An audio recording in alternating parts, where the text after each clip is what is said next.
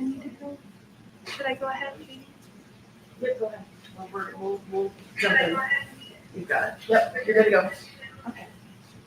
So today I'm teaching panographs. I'm going to go grab another extra pantograph.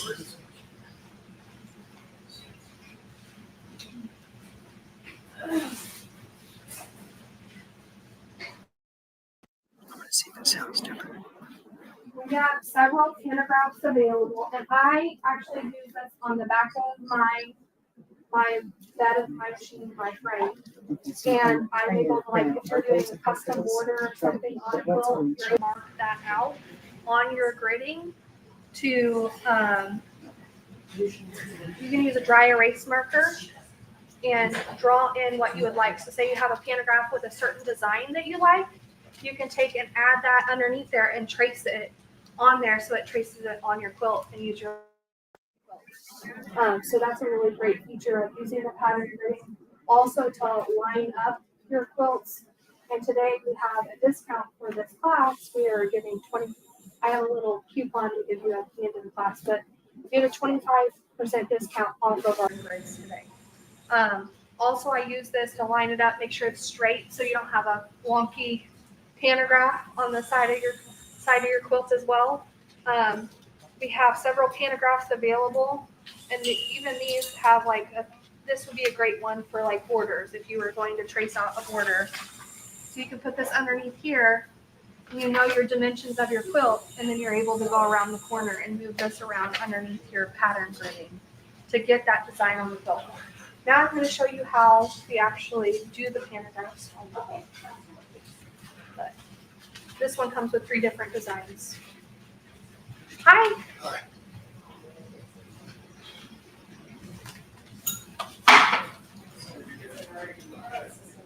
In pattern grids, they can come in 10, 12, you can get them in 8.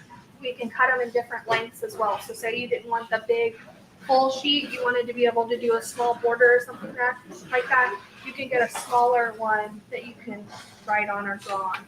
Another thing that I do is if I'm practicing a design on a quilt, you take a shower curtain, put it over the top of your quilt, and use your dry erase marker and put that pattern underneath it, and then put that shower curtain over top of it to see what that design looks like.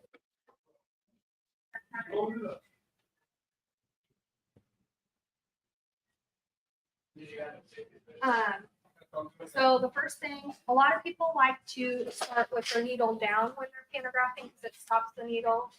I work with my needle up, generally speaking, when I'm working on pantograph. That way I don't tear the quilt when something does happen or something like that.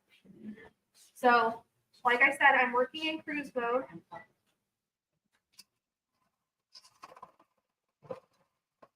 And today we're doing a flower and tulip design. And on a lot of these pantographs, there's going to be a arrow that you follow. And like I said, I have a laser back here on the back of the machine. And I'm just taking my time, following that pantograph. You guys can step up to look as well. Like, feel free to come up and look at how nice the stitching is.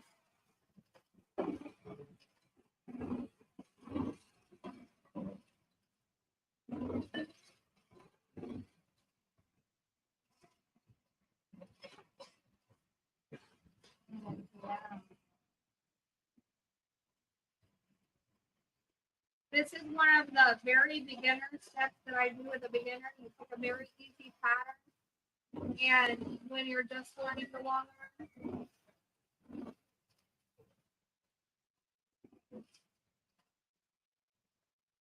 very slow, smooth, steady.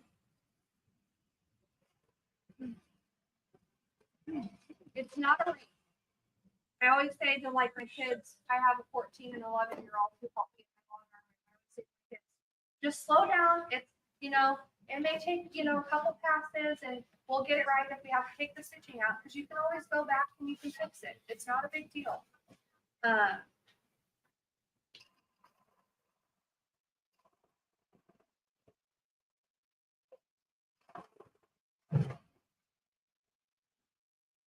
you're going to line up a pantograph, something I like to point out when you get to the end of the row and you're going to line up a pantograph, you're going to come to a point where you roll your quilt. You're going to want to line up this point right here, like drop your needle at this point right here, here to right here. And when you roll it, and I'll show you an example of that. When you roll it, it will line up to this point right here, so it's perfectly nested in there, and you don't get a large gap in there as well. So the dotted lines are just for lining up. Yes. Okay.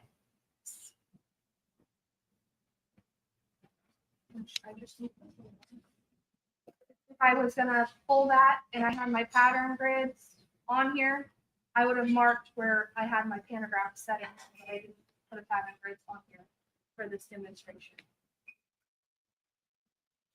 So I will go back to where I think it is.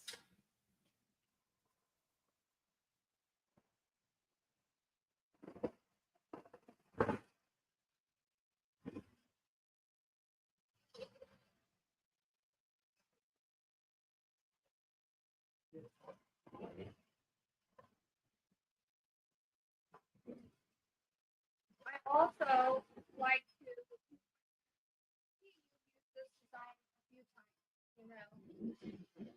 You can go in and change the pattern on your pattern grid of the design of and it may change the whole design of a pantograph that you already have.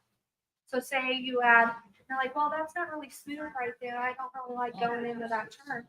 You can draw on your pattern grid and you can change that design from the pantograph as well. Does everybody understand what I meant there? If you guys have any questions, just be like, hey, I have a question.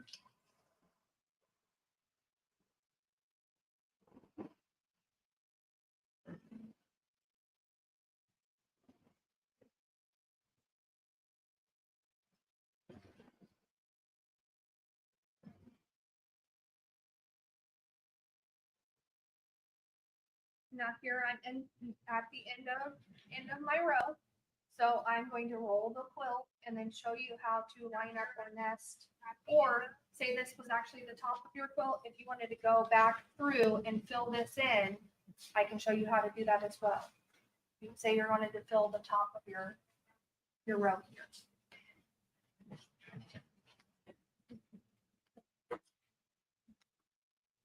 Sorry, a little tight.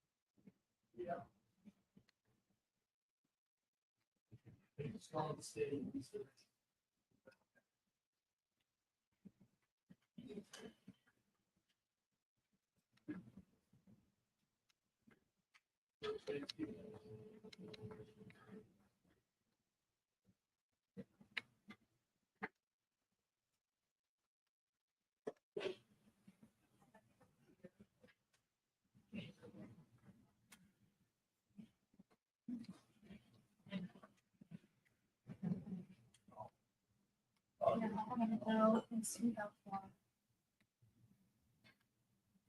Well, definitely didn't go far enough, so. Just a second, sorry about. No. No. What's that? Yes. Oh. Well, we have brake stackers in here, so.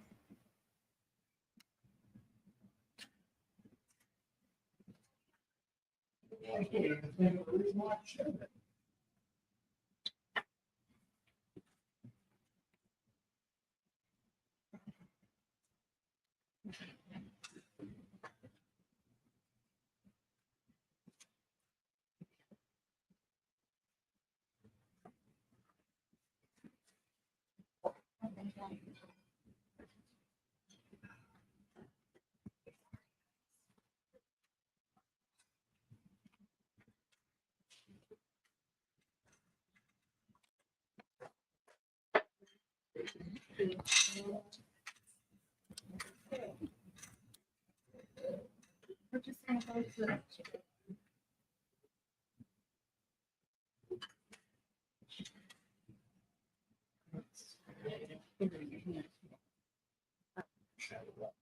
I don't know.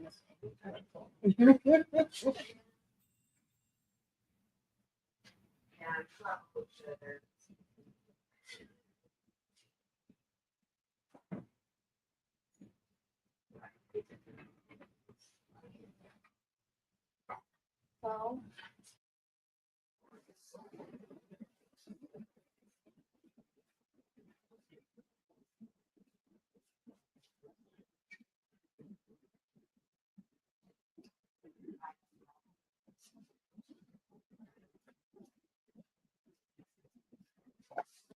Now you're just rolling the quilt, is that what you're doing?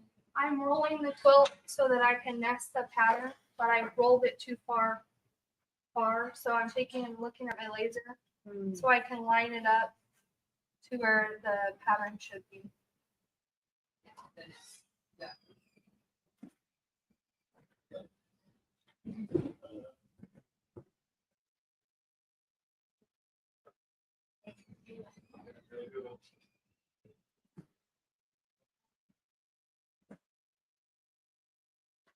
You guys are up with these dimensions, and so that way you know.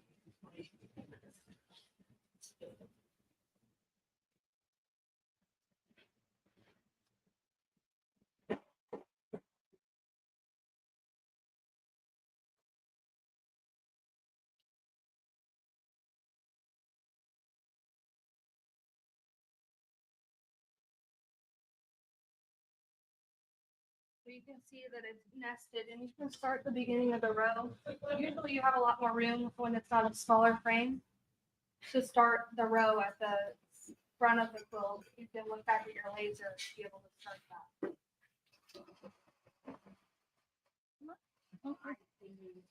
Oh, okay. So when you rolled it, you can line it up and be able to start it from the front of the long rack. So usually on a bigger frame, you're gonna have a little bit more of your pantograph.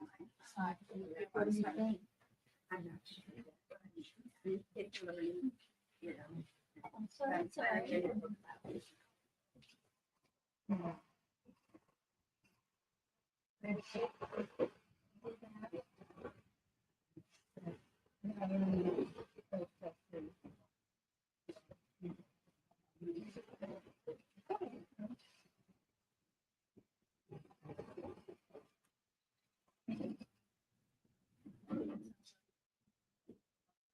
When you said that after you do your first row, you can then fill in. Yeah, is that just like from every side you want to fill in? Yeah, I just- It's not. Yeah, so even if you wanted to like fill in, like if you try and take a leaf or something out of the previous part, you can fill it in that way.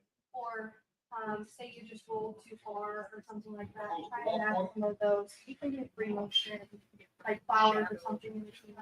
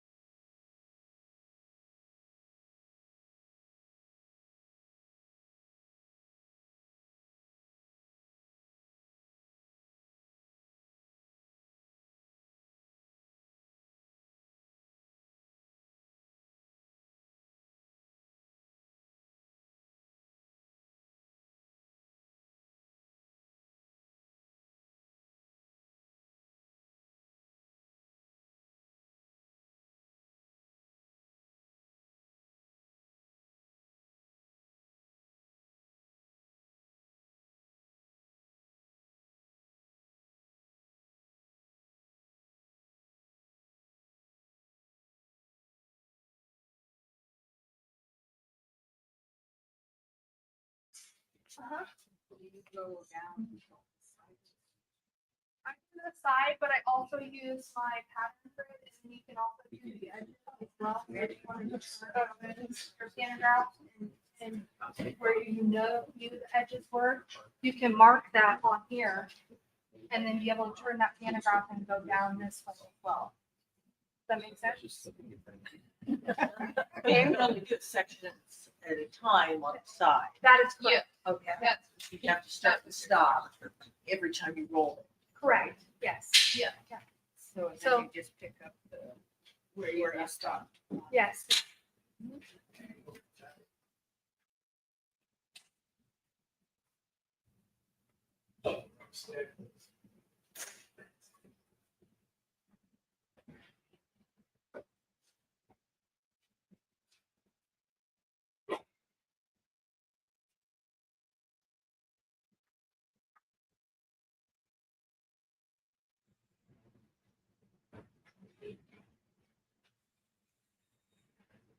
Now to restart.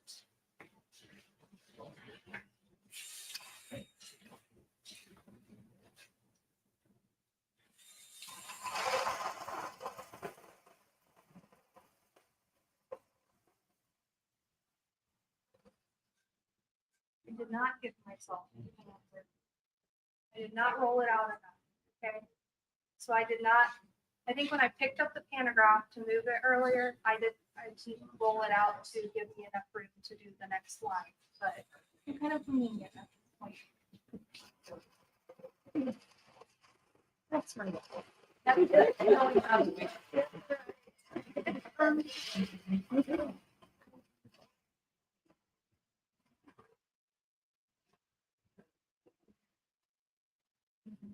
And there's an open.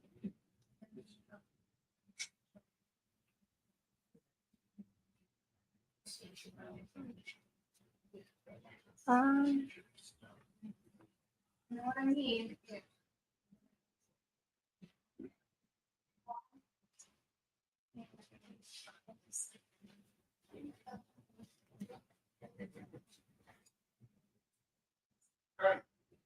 Yeah.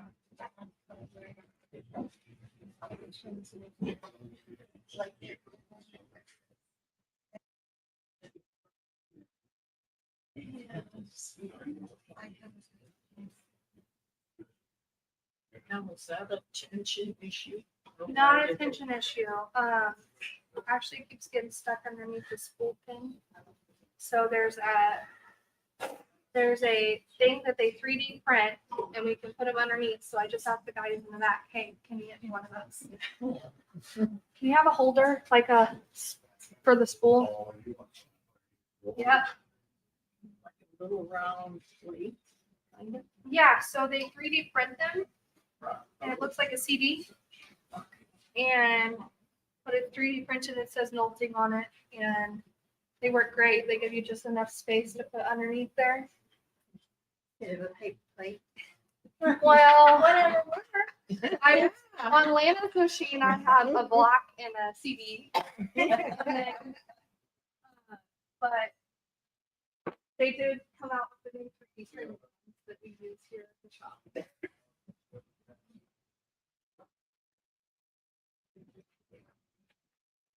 Thank you, dear.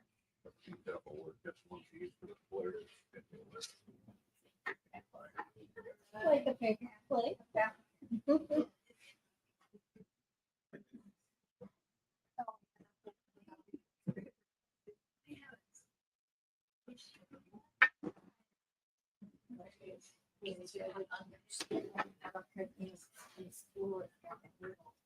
Yeah.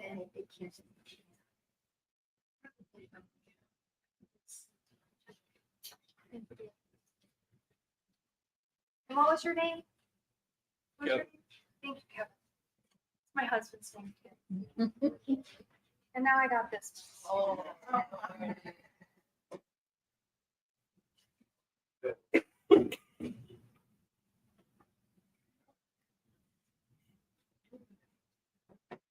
Hi, guys. This is my first class I've ever taught.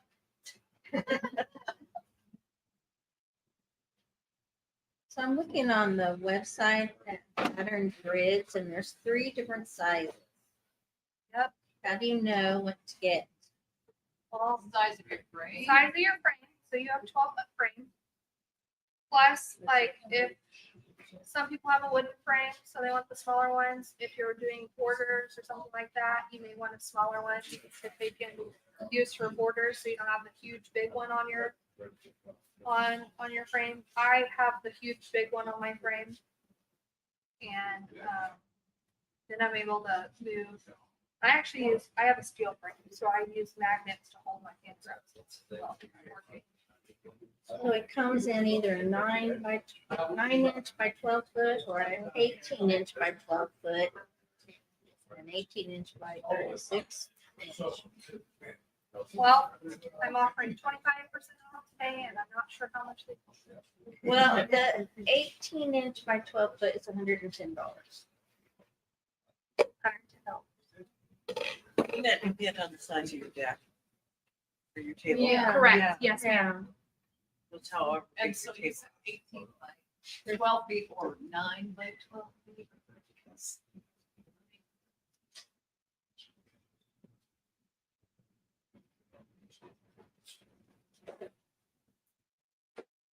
Cover your thread. Do you ever use the, I don't know, the sock? Yes, Okay. I use mine almost every single time. And I have those for sale today too. There's for me. Thread socks. That's what's on that thing. Mhm. Yes. It keeps your thread from getting caught underneath. 'Cause Yeah. It makes it go out But the top. over time, they do wear out. So if you have one on there, replace it every so often because it'll start cutting your thread back, just like I was noticing this issue here. When I'm using it, the thread gets caught in it.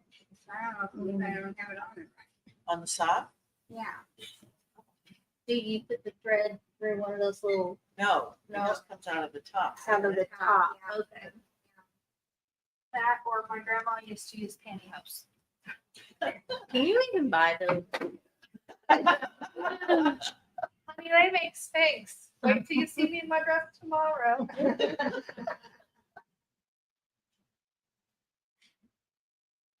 Okay. I'm going to regroup here.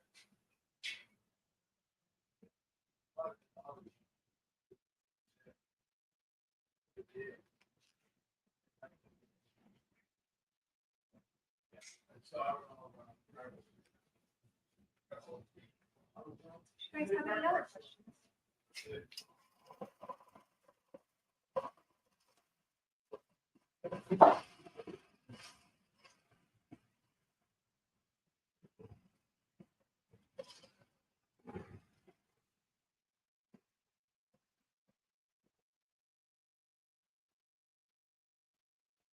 Do you want to try it? While I'm here. Does anybody have a fear, or does everybody usually generally do pantograph? You do pantograph? I've never done one handed though. I've done one hand. Oh, well, I used to carry the baby in this hand and pantograph at the same time.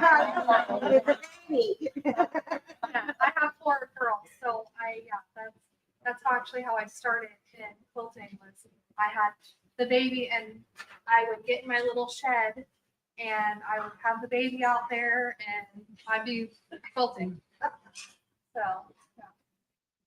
So I don't think I ever used this one really that much. But it is fun. Very fun. Now I have you know what the kitchen ladders are? Like the kitchen ladders for the kids now.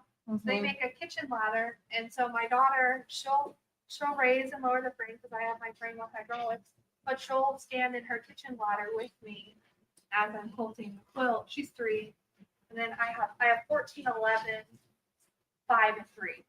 So usually the younger 2 have grown up with quilting the whole time, but the older 2, like my 11-year-old, just got a Juki for Mother's Day. So she's very into sewing things for her animals and stuff like that.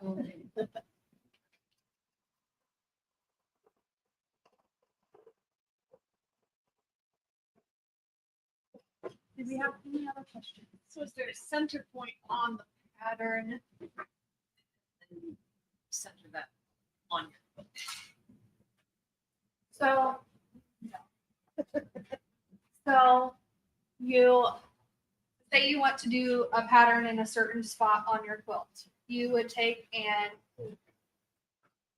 I use my pattern grid. So like I know that this line on my pattern grid on the back, and then you use your machine and you're like, okay, this is gonna line up perfectly. I don't know what size throat of your machine is because it makes a difference in what size pattern you get as well on the pantograph. So what size throat do you have on your machine?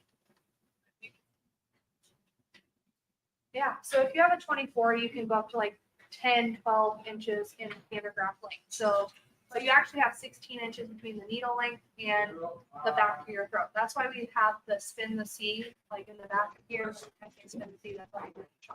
But that's why it gives you an extra 2 inches here with the C here. So you would have 16 inches to do your pantograph. But to line it up, you would just put it out and make sure it's in between on your quilt. You would use your laser, say, hey, I'm gonna line this up, and then you just quilt it. Oh, I use the line on my pattern grids to make sure it's centered lengthwise. And I measure between like the front and my pattern grid, and it goes, mine's actually underneath my back, like all the way underneath. It comes to the back of this frame. So I actually lift that up and put my pattern underneath it. And then I line it up all the way across because I know my frame's straight. Right. So I line it up all the way across on that particular line that I know that pattern fits.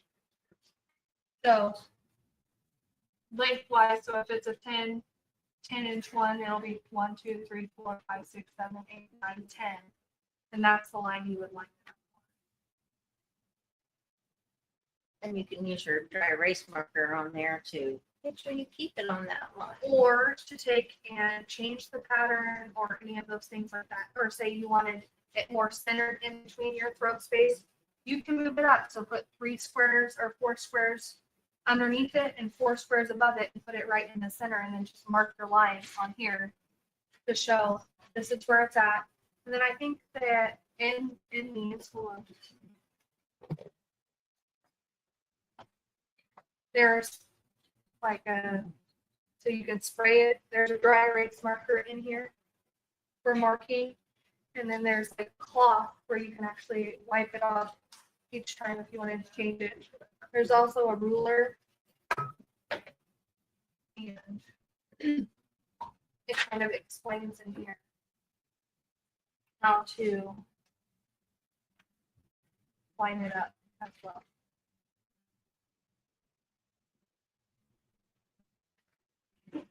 It gives examples. It'll tell you to draw your inner and outer lines using your dry erase marker.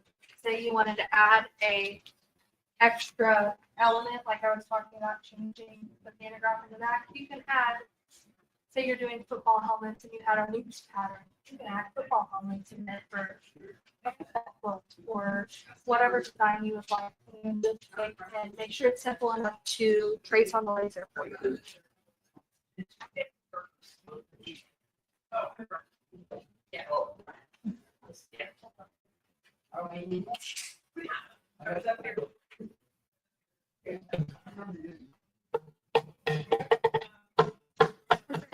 Questions, or did I explain that? Did I explain that to the fullest extent? Did you understand, Diane? Okay.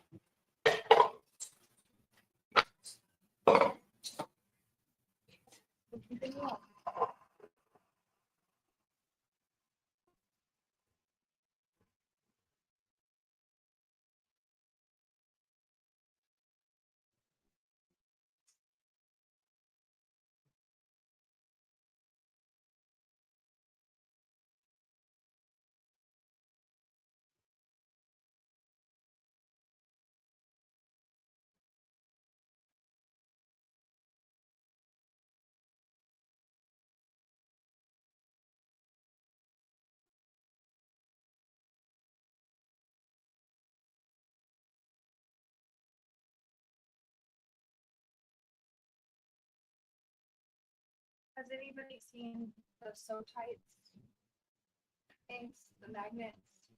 You can also use the so tight magnets underneath like the bottom of your frame and your camera holding off as well or on your hands. So the ends are steel. So then you have your camera. You can use a magnet to hold that to your steel so that your camera doesn't move from this side.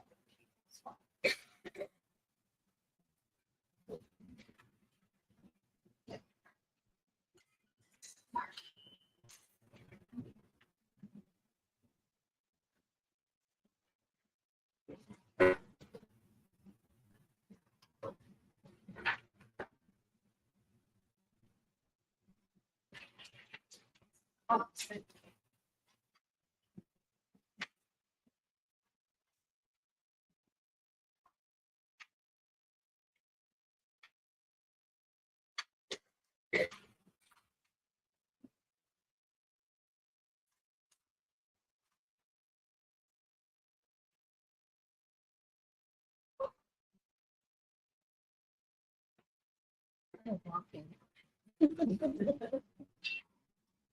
Good thing I'm not short frame today. What is, let's see, 9? This is a, oh no, this is like a 5 or 6.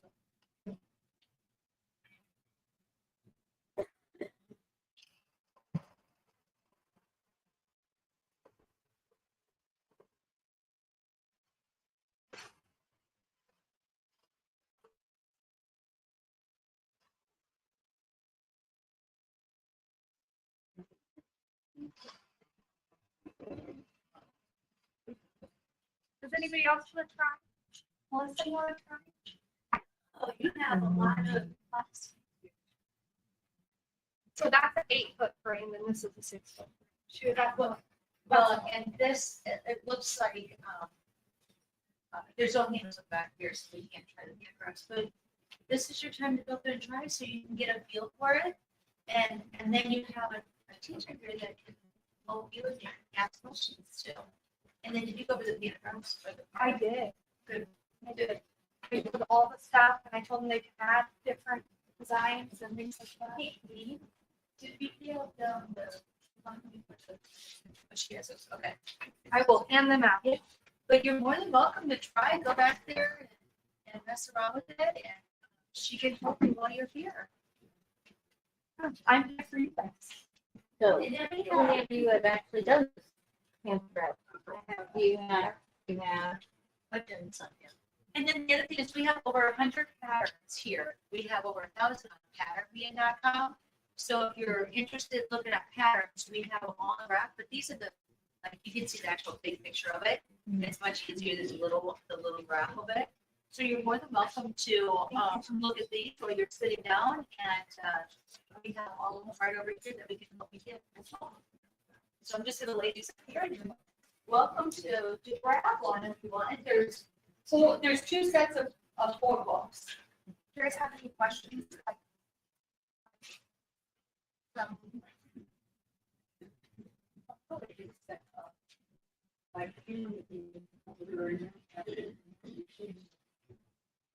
So you can take and use your pattern grid, and then you would do your normal design. You would just use your dry erase marker and draw that design. Then you would mark on your quilt, but sometimes as you roll the quilt, we know all quilts are straight. So, but you would mark essentially where you think the borders are, and say you have a 12-inch border on the ends of that. You would mark where you think on the pattern it's at. And then you would draw your new pattern border. And then as you roll the quilt, you would do that centerpiece. And then you would do your edge design, but you would pull up your bobbin. So you go and move to those borders. Yes. So you would have a tie off, or you can do what I do and you just flip yours. So you can do your top one, your top border, and then just flip your quilt, do the bottom border, the top border, and the bottom. You want to put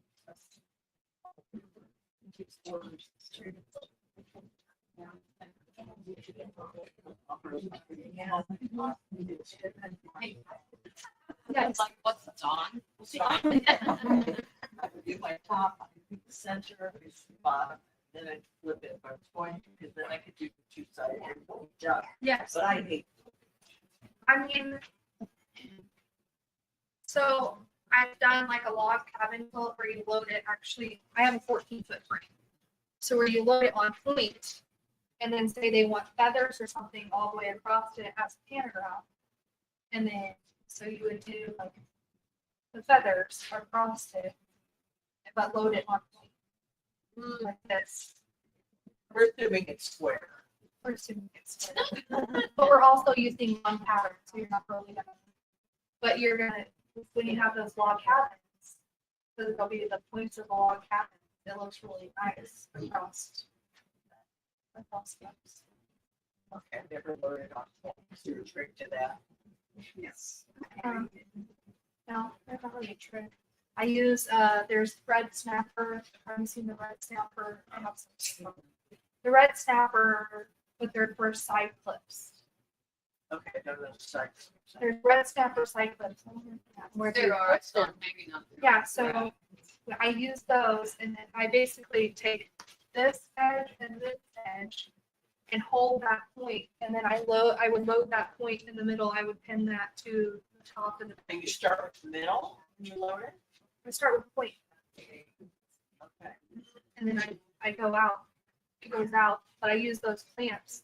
Then obviously when you get to the like this point of the quilt, you know, I have a 14-foot frame, so I don't do anything like that's king size on a 14-foot frame loaded like that. But No, I get that. It just, to me, it would be tricky. it's Getting it tricky, but it straight. turns out really pretty.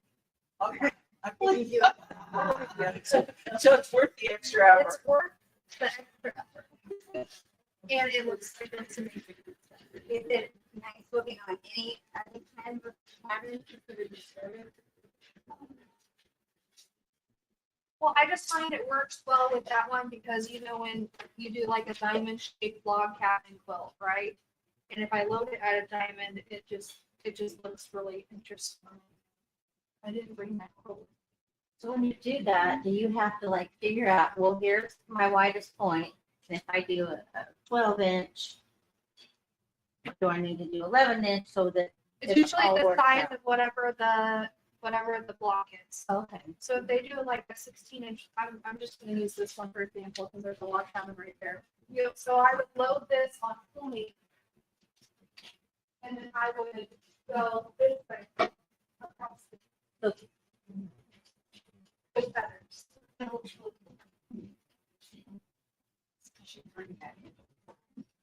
I did bring other examples for some of my, like this one back here is my free motion work, but I brought other examples for my foot classes, just not. For so.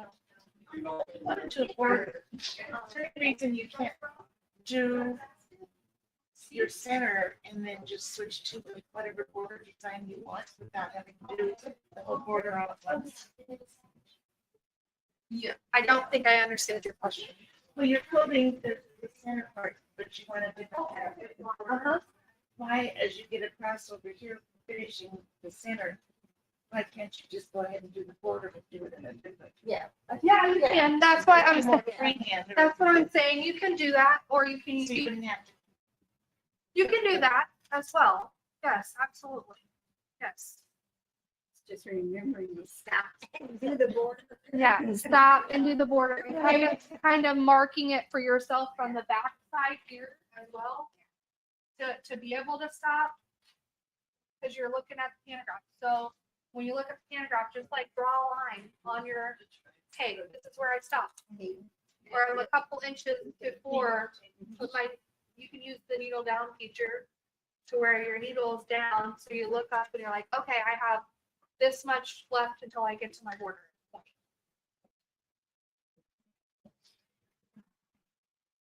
Any other questions? Hi, how are you?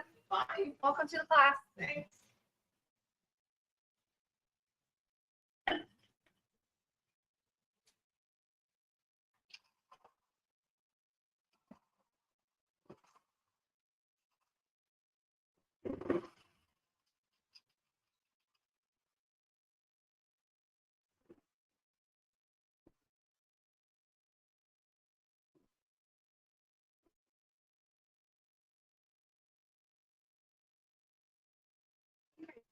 brighter color.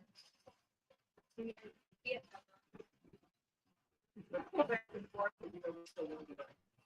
What? You ever go across and then back the other way, or you always go one direction? I think I was taught to go one direction, but you can go both ways. And I know on Quilt Matching, it just, you can push the button and it goes both ways. But I'm coming from a pro to a diamond, so I'm just stuck in my ways. So if you do that, do you follow the arrows backwards? Yeah. Yeah, Okay. you do. Yeah, and I've had a friend that has had good luck with that. I'm afraid I'm going to get puckers. I think you're with puckers, Puckers, it's Going- dependent on how going- you load it. opposite directions.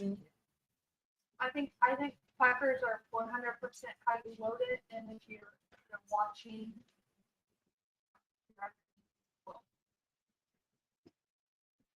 I do that with wood, but it depends on the pattern. You know, Yeah. you don't have two lines of a pattern. Mine is like muscle memory.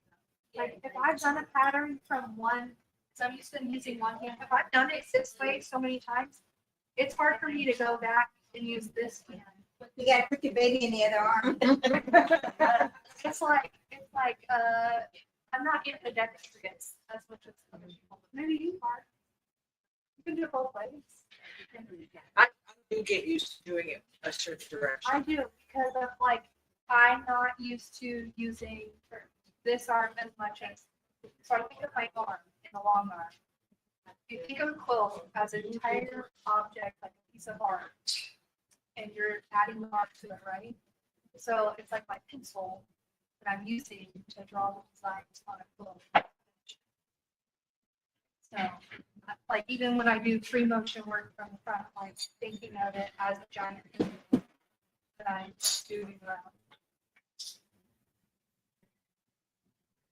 I don't think I even use the, I don't think I have that very much on the art side very much.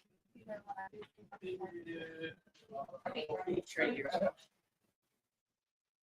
I know.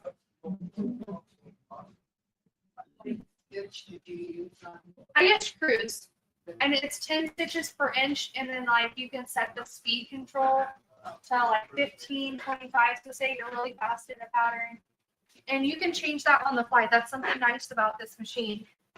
You can say I am, and I'm just gonna go ahead and say I'm going to move through. You can change that on the fly with these buttons up here. You can change the stitches per inch, but that changes it while you're moving it. So say I wanted to change the speed to, I could change the speed as well. This one's not set up for it, but I have mine set up for you can change this the speed and the stitches per inch on the buttons. So, but I usually do around 10, 11, 12 stitches per inch on, you want it to look more hand done. Usually like 9.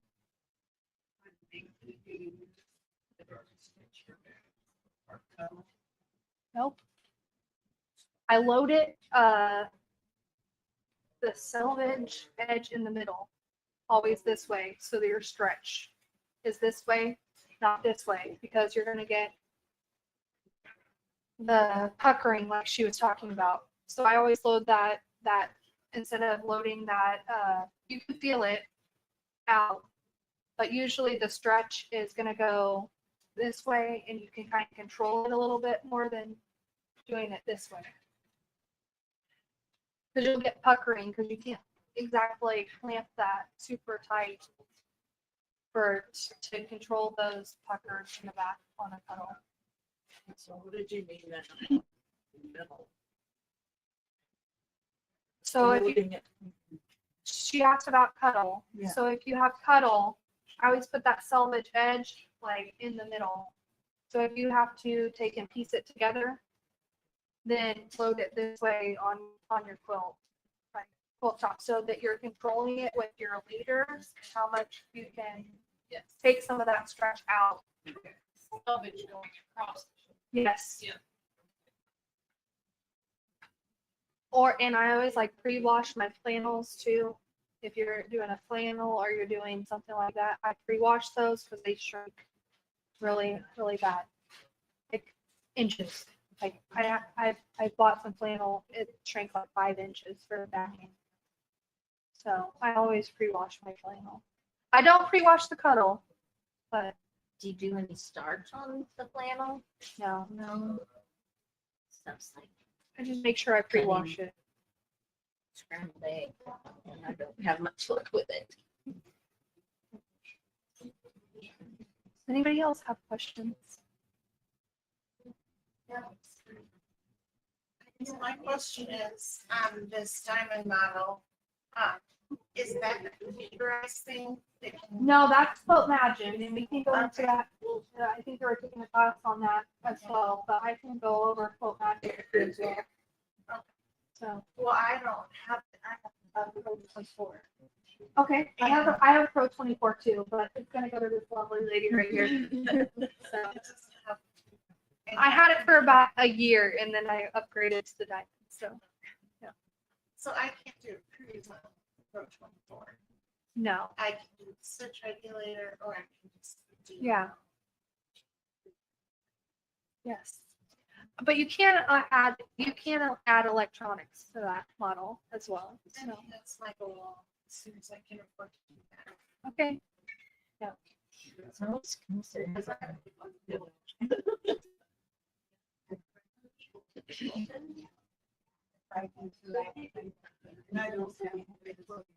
You have a fun filter? Yeah. I just helped a lady in Kansas City with her fun filter this week. So, I just bought a hobby type thing yeah, that's great. I love that for you. recently. Do you do like hobby quilts, or do you do it for like a foundation? Charity. Okay, great. You know, to heal and there's so many charities. Yeah. I do a lot. I tell people, I said I quilt my quilts of valor for free because I'm a veteran. So that's something that I offer for like our local community. Is I said, if you send me a quilt of valor, I'll quilt it for free. So, And then the smaller ones for, so those would be great to try to. Do Yeah. on a small one. I'm the Quilting She Shed online. The Quilting She Shed. I have some cards. I'll bring them in this week. But yeah, how I got into quilting is kind of a funny story. But I put a long arm in the middle of my living room while my husband was on business trip.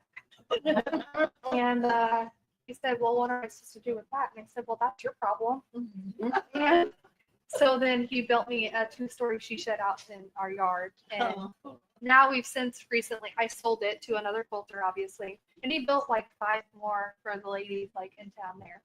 And I sold it, and I have a 30 by 18 sunroof on the back of my house. So yeah, With a beautiful view. cool now. Yeah. I live about 4 hours away, Lake of the Ozarks. So used to live in Wichita before that. So I was in the military there. Are you guys all local, or you guys come in from everywhere? I'm Preston, Iowa. Okay. Cedar Falls. Wow, you came quite a ways. It was a half hour, so. Okay, that's good. Wisconsin. And about 3.5 hours. Well, she rode with me. We came 4 hours. We're picking up her frame this week. I couldn't get rid of my frame. I was like, yeah, let me keep it. I have two long arms on my frame right now. So when you do your feathers on point, do you have, I just have panagram. okay. That's what I do. I'm not very good at Is it motion a- feathers. Is it a square? panagraph? Nope, it's just a panagraph. It goes like this, and it's the feathers like over and over. You go. Could you like square design, like you mentioned the football Oh yeah, you helmet? can. You absolutely can. And then you would ask just for have your. to move it around. Well, okay. Well, you would just add it to your pattern grid and draw it on there. wherever you wanted that design. And say you wanted to do stippling in between it, that would be your connector to your next thing. So say you wanted some curl here and a snowflake and then an ornament, say I'm thinking Christmas quilt. Okay, and you wanted a little bit of different variation, well, and then if you wanted to save that, you can absolutely do that. So I use coloring. I didn't bring my daughter's Harry Potter quilt. That would have been great for this class, but I have like the Harry Potter castle and like Harry Potter staves and like all his little friends and Dobby and stuff. And I use my laser and I used coloring book things and I laid it on there and I was like, okay, well, this is where this is at. And I would trace it on the thing to make sure it was in the right spot. And then I would do it with the long arm. What do you mean by coloring books? So you actually take the pages and you custom pictures on your quilt from coloring. You can do that through the pad. Take the green. Yeah, simple coloring You book, just put it under. like a turtle, and then you just No, I do it from the front side. So there's a laser up here too. So I lay it over here. And then I'm like, okay, this is where I want it. And then I would move that, do the laser pointer, say, okay, and then I would start tracing it and it would draw like here for me. You tell me about anything you can think about. Like,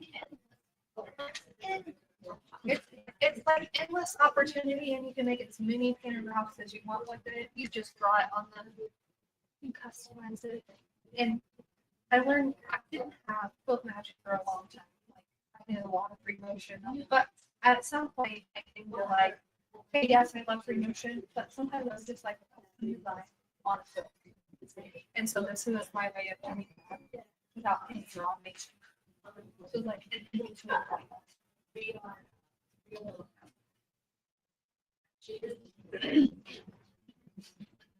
any other questions? I have a question. So you know about quilting. Okay. And Look, I've only had it for 2 months, okay? but this may be a question for our next class.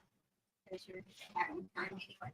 You know, with that, computerized, you could also go back to the old way, you know, to do that. Oh, yeah, absolutely. But I have a problem now that when I try that, I loosen my belts and all that stuff, you know. But when I hit about maybe or the last third, my machine's really hard to move. Like I struggle with it. But Like, it's not. is it on the end of the frame or? Yeah, it's in the pattern, like the pattern I've used forever before. I would, okay, so are you taking the maintenance class here? Yeah, later on. I would ask Ron that question because he's probably gonna tell you, have you checked your bolts in your frame or anything like that recently? Right. With some- And I mean, it's fine using it normally. I mean, See, I would, if it's always in that same spot, or it's like I'll do, I think it's a pattern with 2 rows. get a second person. Or not even the first, you know, the big one. I'll get maybe 2/3 up, and then the last part of it, I struggle with getting the machine to go that direction. Okay, so do you have a second person in your house that knows a little bit? I use my husband as a guinea pig, but I'm like, hey, you need to come in here and try and do this, and I explained to him how to pantograph or whatever, and I know what to look for, and I'm like, okay, there's what it is binding up on. This is what I need to look at. That's what I would do.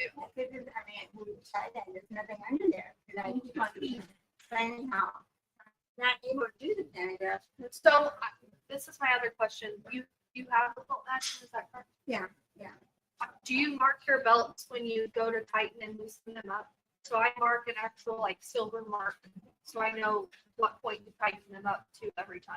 Yeah, on the, I put a little, Yeah, so I that's know what you another mean, yeah. point. Like if you do have bolt action, that way you're tightening it to to the same point every time, and you know that, hey, a stitch is perfect at this point, whatnot.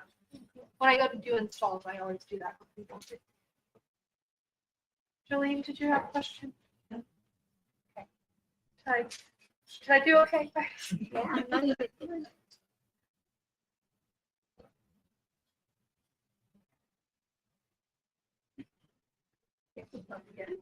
Yep. It's time for it. Thank you very much. You're welcome very much.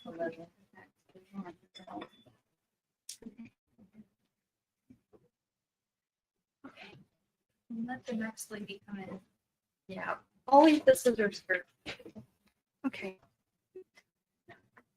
Oh, I see this thing right here. It's time in the next one as well.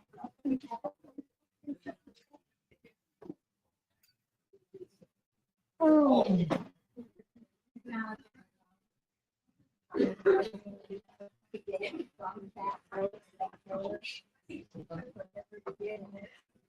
Here, guys.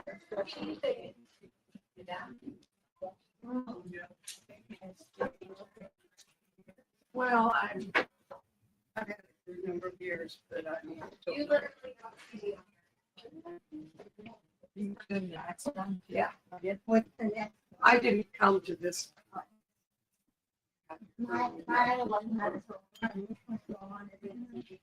This one is couchy. I'm doing.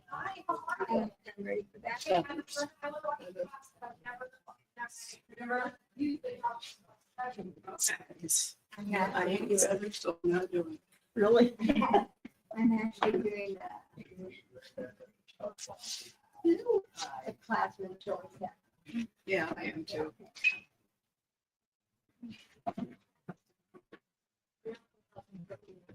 Well, Sandy, this is the only time I ever see. I know it. Yeah. Okay. Well, you're good. You never lived in the same vicinity. Well, you come home smarter every time you can. I go home feeling like I'm stupid. All right. The last time I saw you, let me see which of the ruler. Yes. And are you Paul? using those? I'm not doing it. Oh. Okay. It's just, I'm not here to make you feel it's guilty. just $1,000, thousands of dollars. I just can't get myself to go down there. Oh, so you weren't doing. You aren't using it. Nope. I look at it. Or aren't. Where do you live? Cedar Falls.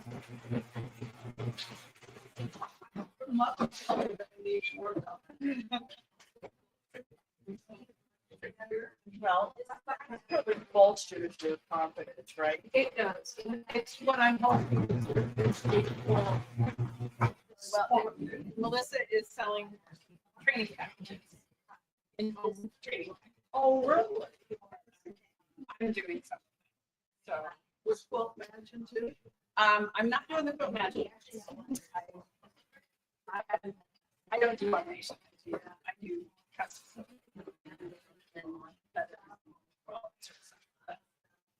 I can do that.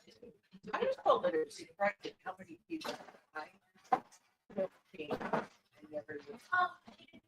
it is. I think it is, which is why I've talked to her about it. Like, did you get it? And you get the very basic stuff. Well, you're just freaking out. And then you're scared. Then you're scared. And you're scared to death. And I kind of had the idea of someone not work on me. Like, I went to their house. And they just knew who I was. Because and like they were really struggling. And the number of things that they were doing wrong, it wasn't their fault. They'd never seen this before. Right. Even if you watch videos or something, it's different. Yeah. But the number of things stacked against me were just not doing correctly. Like, I totally see it. I think Because I need you. I've had now since 2002. Both the children, 1 year, entire family. There was was trying to extension. I was ready to go. A lot of times I mean, even now, like, I think everybody sometimes just have to walk. I'm putting my time out. I loaded something. Just a little. I have no time to go to the, and I could not think. I know, I just put a little rudder. There's sometimes I think I'm okay. I'm putting my comfort. And then you're yeah. Humidity and cold air. And I think every There's always the everyone thread. What do you? I have an FAQ list. And I bought it from somebody who had it for 10 years. Never used it. She still had practice code on it. Oh my goodness. I've done. So, you know, I watched some videos and it's like, you know, I don't feel like I've got this. So I went to London checks. Yeah. Because they have a QS machine there and they make you take the class before you wrench them. So I happen to be the only one there. So they go, really? And I said, I'm never going to use your machine. They said, oh, that's fine.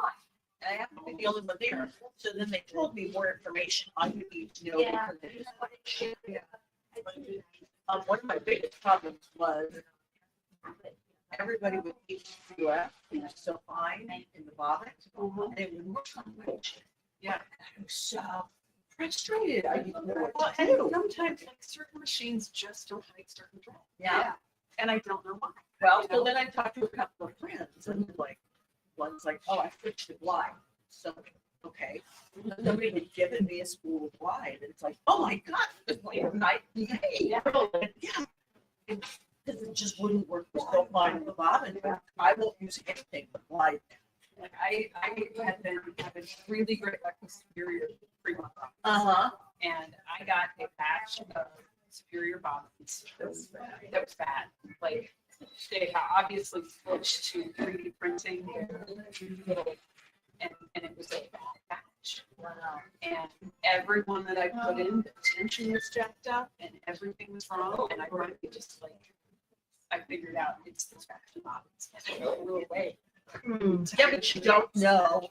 It's like suddenly what is wrong? It's going absolutely insane. So do you still use pre-wound? I use pre-wound all the time. Because I've got some lines. See, now Sherry Lash said she switched to pre-run and loved it. She didn't get the backlash. I love pre-wound. Like I have figured out, like, I have a toe gauge.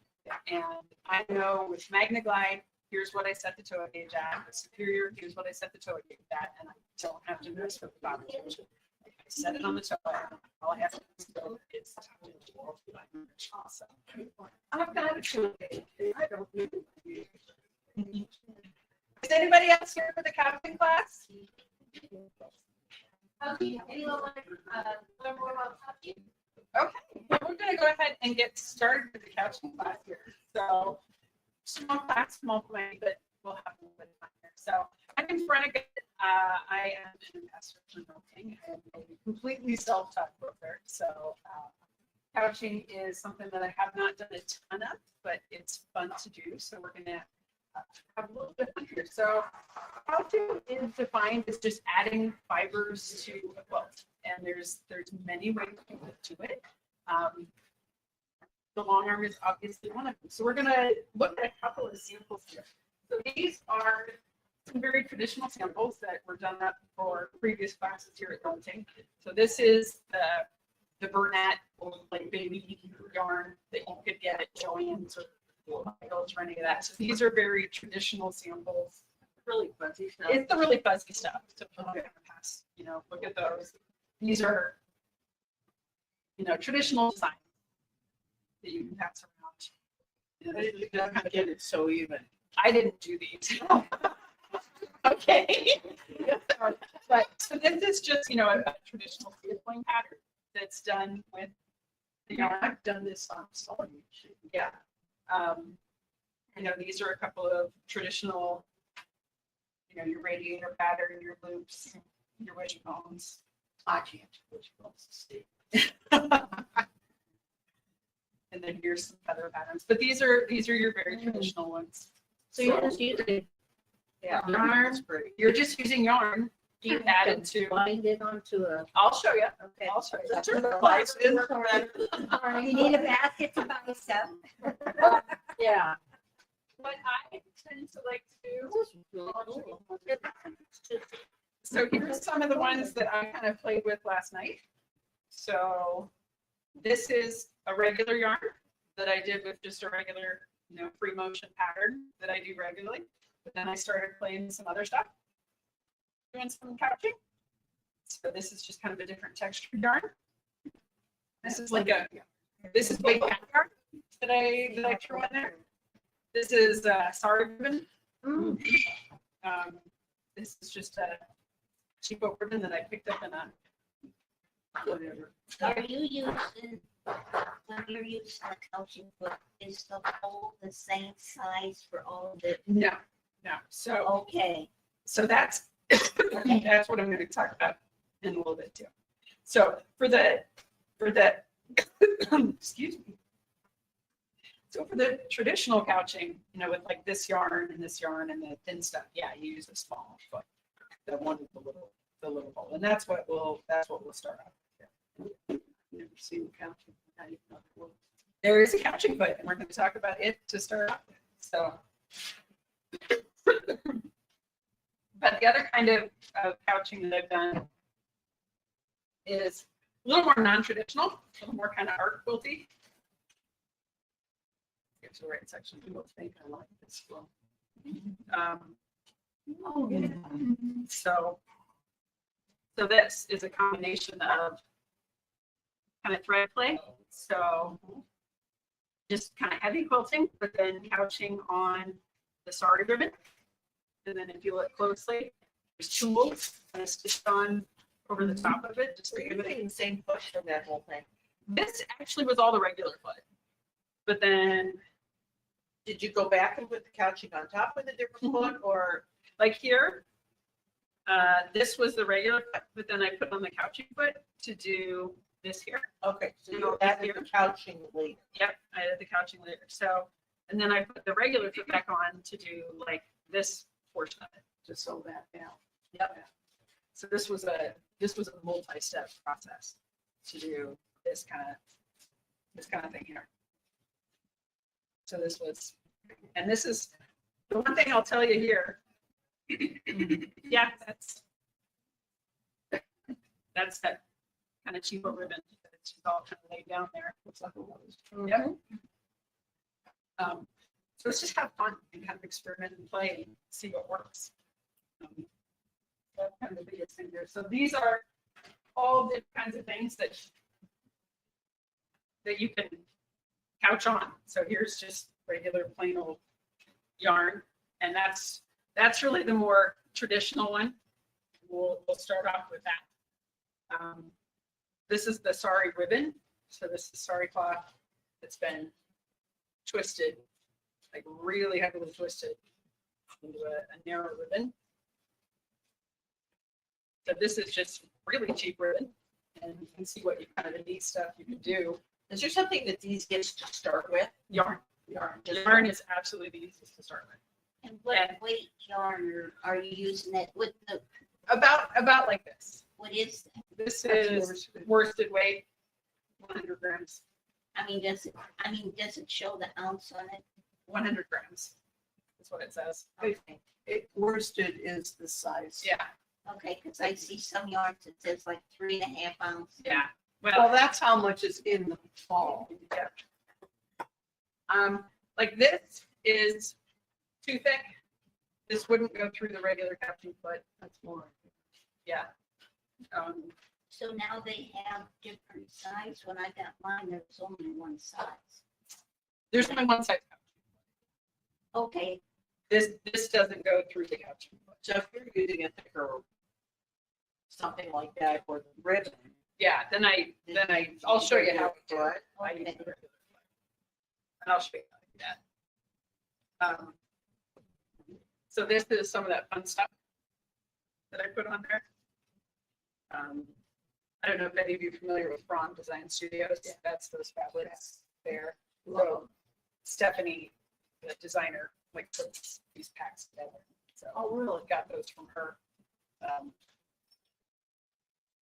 And so a lot of these will fit through your couching foot. So played with those. That's my last year. Yep. Yeah. So since there's not too many of you, I'm going to have you all kind of come up here around the machine. Because the biggest challenge is getting it started and getting the yarn with a little hook. And we're going to start off with putting the couching foot on. So everybody kind of come up around here.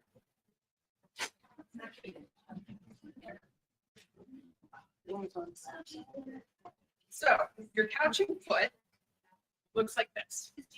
So it looks like a regular foot, but you'll see that the hole is pretty tiny. So, yep. So to change the foot, Spoon foot, yeah, that works. yep. I bought one. Haven't used it. Oh, on some of the larger yarns, you could just use this. I don't use the spoon Oh. foot for couching. Okay. Oh, you don't? No, not for couching. You wouldn't buy one. So the other regular foot you use, Try, not this one. okay, Um, that looks a little larger than just the regular. this is different than the regular ruler foot I use. The ruler foot I use kind of looks It like looks this, like that, but but a drilled bigger out a lot hole. bigger. Yeah. And I actually have used it for like some of the thicker stuff.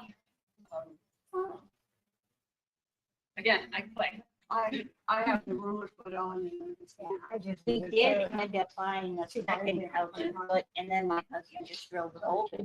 Yeah. So, yep. So not difficult to, not difficult to change feet. It's because it's a little older machine. Oh, okay. I have to take the actually have yeah. My fingers get in the way. I had mentioned it's been a while back. Yeah. I'm looking for So there's you know, it's like possible. handy runner, something like Yeah, that. that's not bad. with three coaching feet and they're different size holes. Yeah, there are some machines that Yeah. have different things catching. And they go on different, so we do. Nothing just has to- Yeah. Yeah.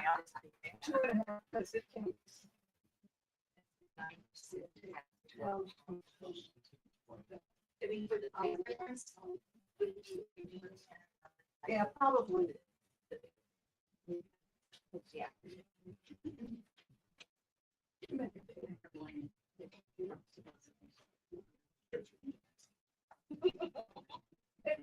No, they said it was one of those things where. 24 hours. So I have to.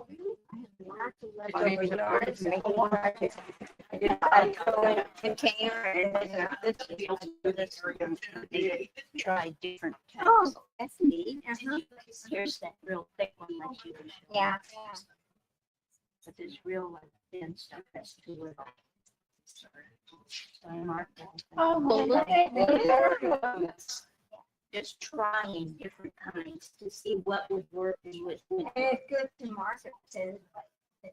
Yeah, I couldn't remember. You got it. I never ruled it, Yeah. but, I had for quite a while, but I haven't used it. in so long. Now that I'm not sure if the customers now. this is not, it's different than my machine. Yeah, that's not going in and. That's why I don't change it. Oh. For somebody, yeah, good. The diamond. Oh, not just the diamond, but has this. Your string. Yeah. You're not talking about equipment. I just want to do it. Okay. I've got the little files on top. Yeah, but she said she's. Yeah, I started out with no stitch regulator, no needle up around. It was just no frills. Well, as long as. I do have to stitch right. The up, down, you just got to push each button until it goes down. Yeah, it was a used one and I bought it and it was a 30 You want minute. to try to put that foot in? Yep. Yeah. Having people watch her doesn't help either, you know? The screws just Yeah. fitting. Yeah, it's just been like, having that journey in there. I have the foot. She's changing feet, it's hard to get in, the other one. Must be the machine, because, you know.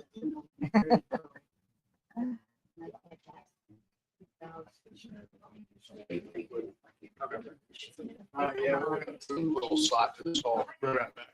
Oh, yeah. That's how you make the money. Oh, I'm from Wells, Yeah. the town in southwest Pine City. Yeah.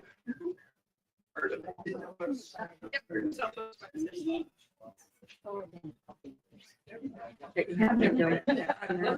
How much to make? No, everybody, it was just. I was from the coast. When I said, Is where? Across the road from Humboldt, 16 miles north of Humboldt.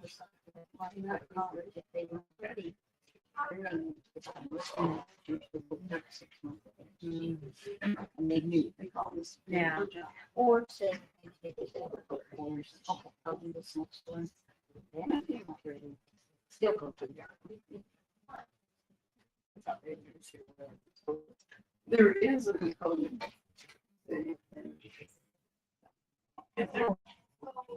That's what I would expect. When I was teaching, I taught over.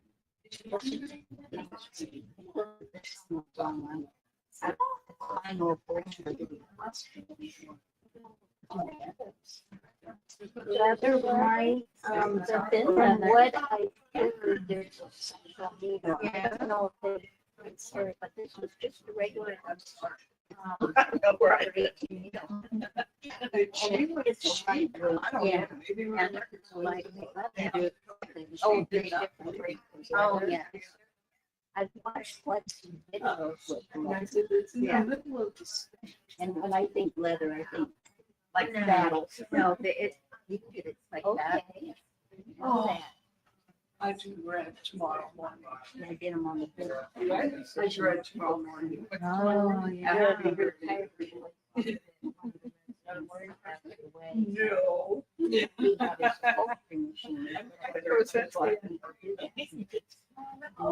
Why, too, I mean, still. So I mean, I have to. Yeah. Of course, 4 rolls of something that's gonna take you a long time. And I thought, oh, maybe Ooh, I do a big bag. You bet. so the people that, the family that gave it to me. All the reasons I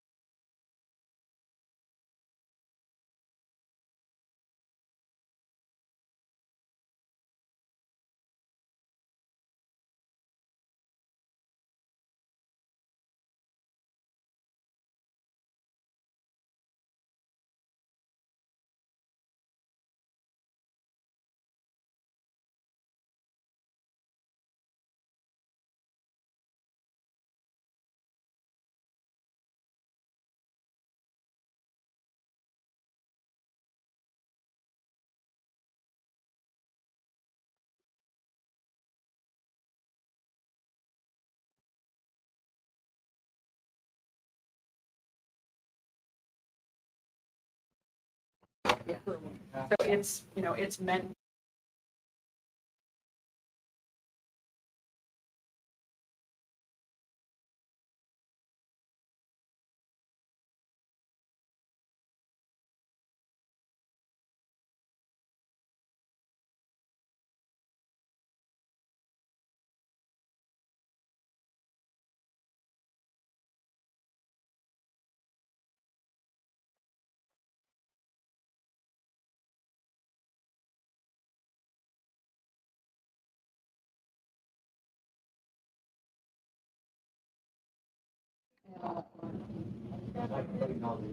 You can see, so I just did a wavy line. And it worked, it held it together. Watch it. Yeah.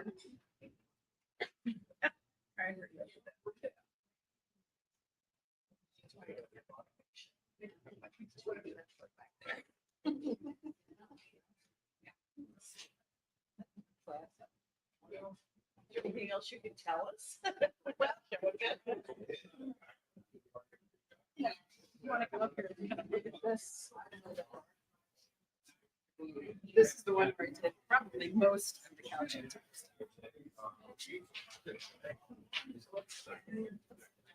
So when you get to the thinner ones, this is one of the things that will happen very regularly. So the yarn will go through. Slower with the. You do, and you really do, because to try and make sure. And the other thing is you've got to make sure that you've got it very loose when it's lying around, because if you don't, if it's pulled, it pulls over to the side, and this is where you get that it doesn't catch on the side.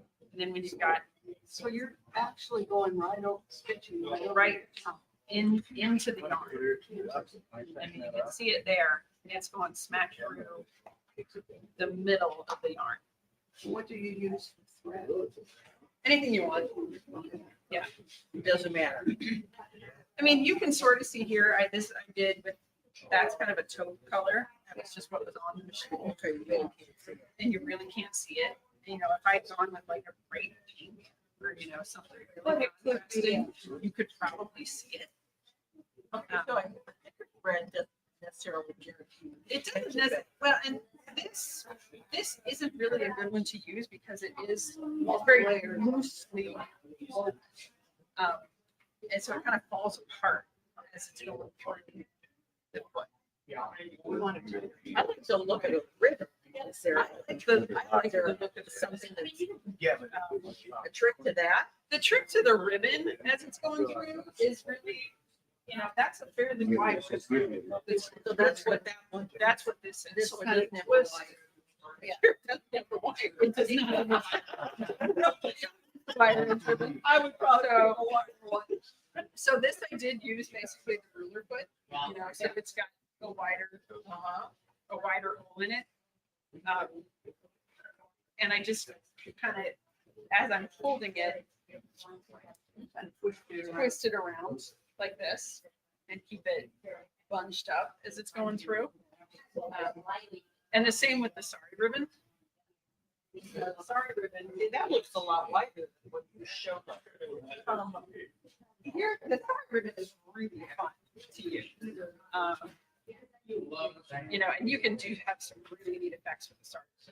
But the downside of something like the sari ribbon is that it's, you know, it is pieces of sari, so it's not, It's lumpy. it's not, it's very lumpy. And then you go through the. So when I get to something like this where it's knotted together, I will actually cut it apart and reconnect it and lay it, you know, because this is not go through. is not going to go through. It just isn't. So when I'm using, you know, alternate materials, basically, other than just your traditional yarn, you sometimes have to compromise. Will Yes. you end up demonstrating the different types of yarn? I'm gonna try once we get Okay, once we get. Okay.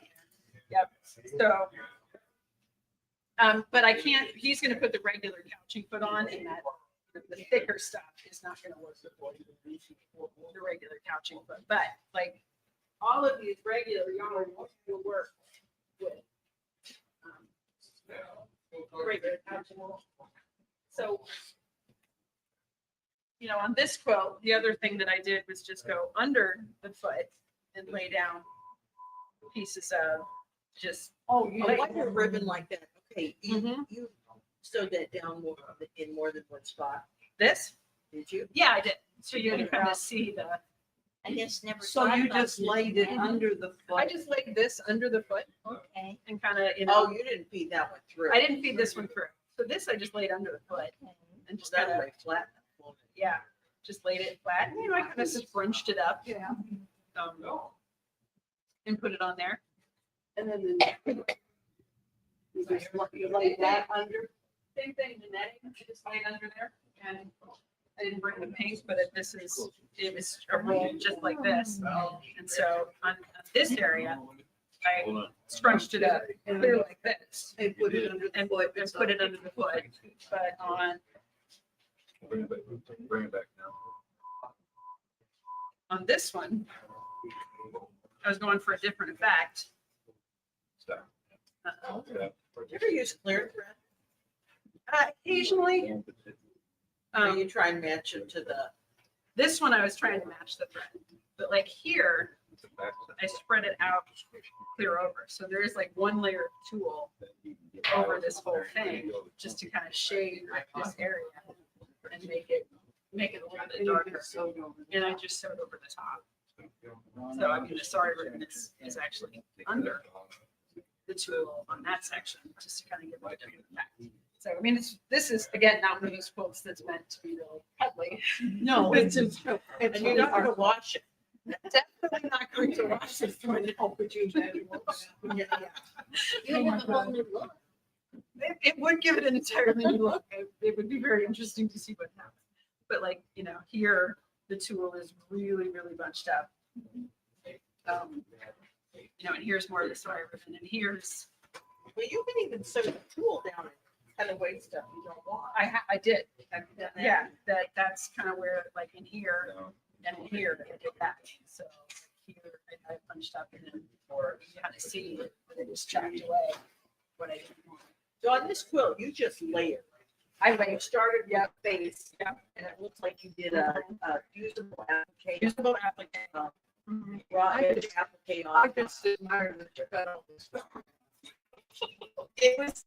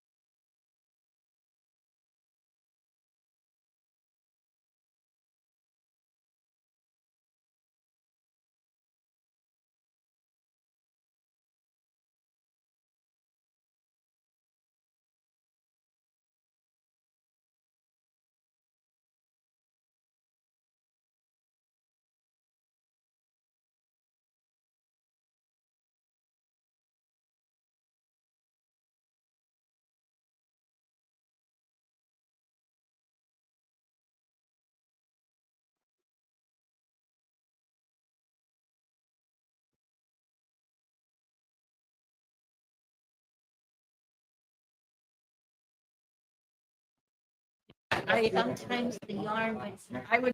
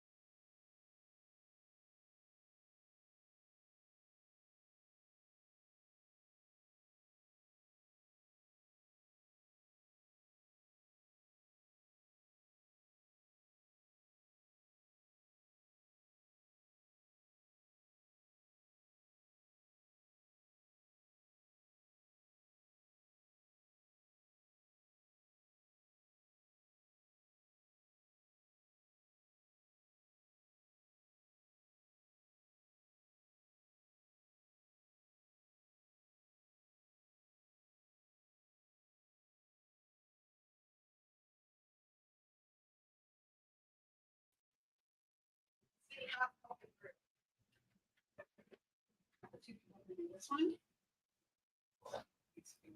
And two people can do this one. So just kind of try that.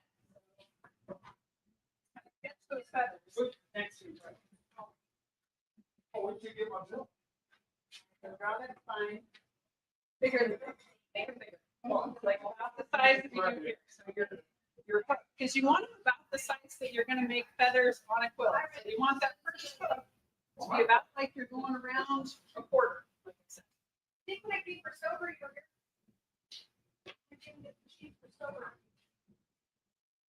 So don't take it quite so far down. Think about 2 o'clock. No, that's almost.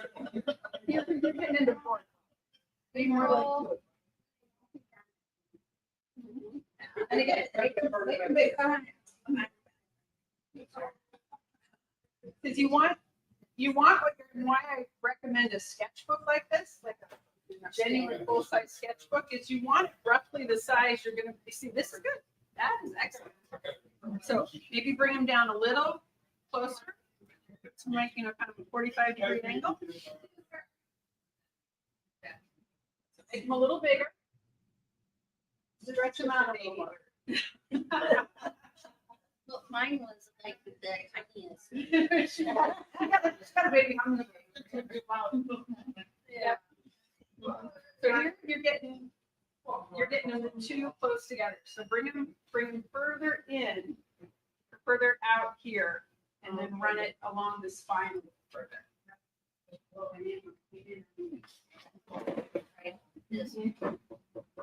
So yours here, you're not bringing the angle. Yeah.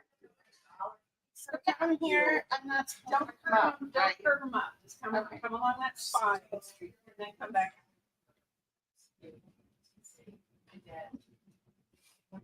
I still can't. Yeah. You're gonna bring it a little bit more in. That's okay. And then That's okay. This is why we draw it over and over and over again.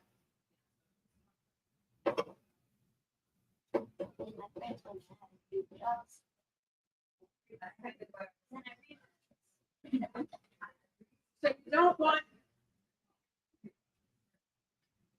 an angle like that. You want to curve up. Because you're coming in, you're making a square. You don't want a square, you want to gently land. So kind of think airplane curving up. Off the runway and landing. might get bigger. And then you've got a really sharp angle. So think more. An airplane taking off. Okay. And then you come down. And yes, I see.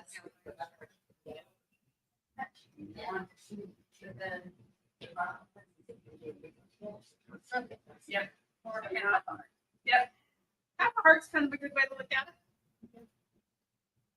So when you're doing this on the machine, you do the line too? Yeah.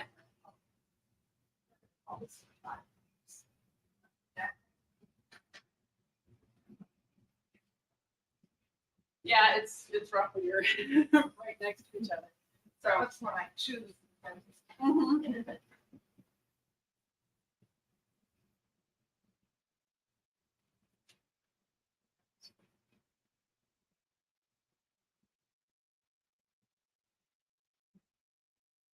So again, you don't want the bend when you're coming up from the spine. You've got a definitive angle there. Kind of curve it up and come off the spine. But you said you're kind of doing stop, change direction, or curve it up. Yeah. No, that's okay.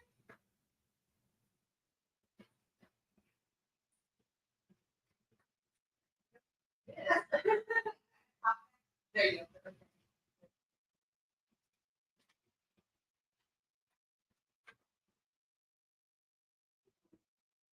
Yeah, So bring it further up along that spine. Follow it further up along the spine.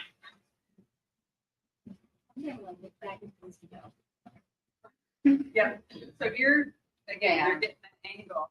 Just keep curving up and curving back down. It's like, that's pretty good. You're again, kind of curving it more in. Coming a little bit too straight down. So think that airplane. You don't want an airplane nosing into the runway. You want the airplane to kind of come into it, you know, gentle, kind of like that.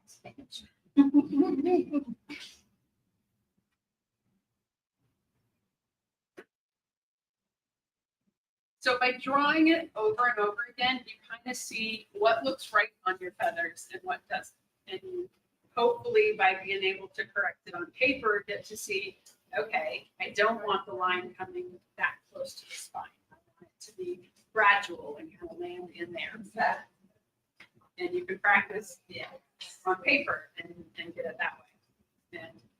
And over and over again. And then when you've got it, you know, on the top side, and you start doing it on the bottom side of it. And that's what we did. So yeah, that's looking pretty good. Now you're getting it a little close in down there. So you don't want to get them, see how here you start to get them stretched out a little bit? Yeah. They start to stretch really long. So you can then start to just, you know, get a little closer here. So they're not stretching out quite as much. Yeah.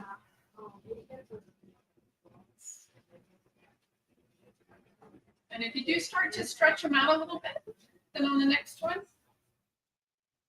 just kind of bring it up this way.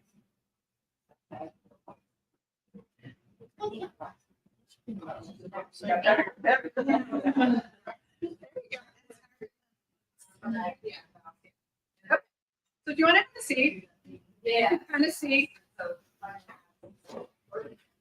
I strongly suggest that you go out and buy a cheap sketchbook. Get these for not much and just sketch over and over and over and over again.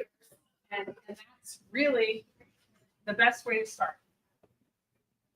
Even before you get to the machine, just kind of do them over and over again. And then once, like I said, once you get to where you're doing one side of the feather. Well, now you can watch me draw the feather. And this is about how fast you go when you're doing it on the machine. It's slower than this. Slower? Okay.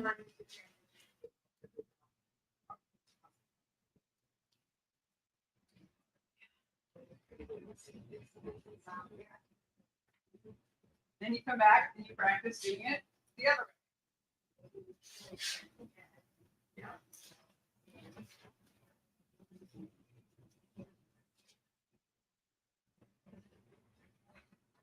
So then we got that down.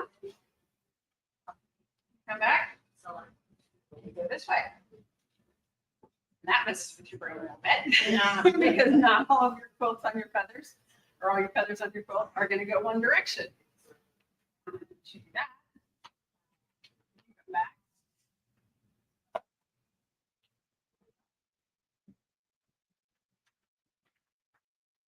You do them. Sit down. So when you start, do you do the line first? I usually do especially when I first start sketching them, because that just helps visualize it. And when you're doing it on the quilt, it really kind of depends on the look you're going for.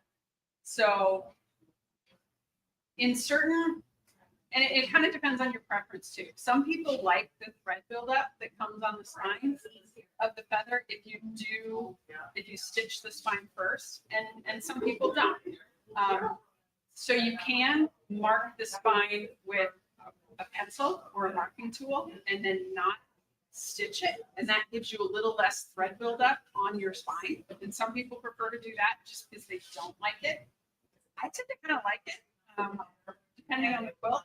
So I will generally actually stitch it out, and I'll show you that here in a minute. So it's really almost a matter of personal preference as to whether or not you stitch out that spine. But you said, I'll practice stitching it this way. Or sketching it down, and I practice sketching it. up. So practice sketching it just kind of in all different directions. Again, just over and over and over and over. And I'm being repetitive, but I cannot emphasize enough that this is the key to sketching out, to being able to do feathers. And then once you do that, then start kind of gently curving the spine of your feather. And start off with very gentle curves. I know it's fun to do like the really curvy feathers, but start off with the very gentle curves. So from here, when I go down here, am I going this way? Nope, you're going to mirror it. You're going to mirror it exactly. So you're going to come this way. Yeah. So the feather should be a mirror. So you're going to start off with, very gently curving. And it's going to be the same principle when you start going around the curves. You're going to try to keep, one feather, but an equal number of feathers on both sides of your spine. And I generally, so if I'm stitching out the spine on this, I will start at one end and I'll kind of put the little loop of my end feather on here. And then I'll stitch all the way down to the bottom. And I'll stitch some smaller feathers down at the bottom.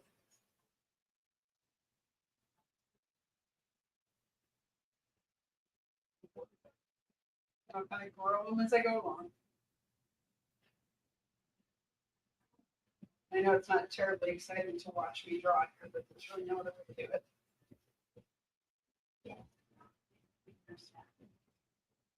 So I'll kind of grow them as I go. You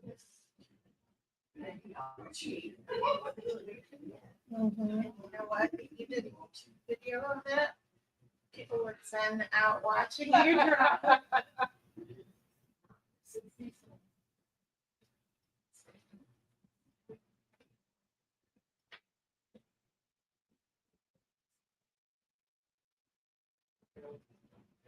So, this section's kind of straight, so you're using basically the exact same technique that you did before. So you're just kind of keeping those lines relatively parallel. And again, so here is where, if you didn't stitch out that spine, these sections don't actually touch. So if you didn't stitch out that spine, you'd have to bring this line back a little further if you wanted that whole spine to connect.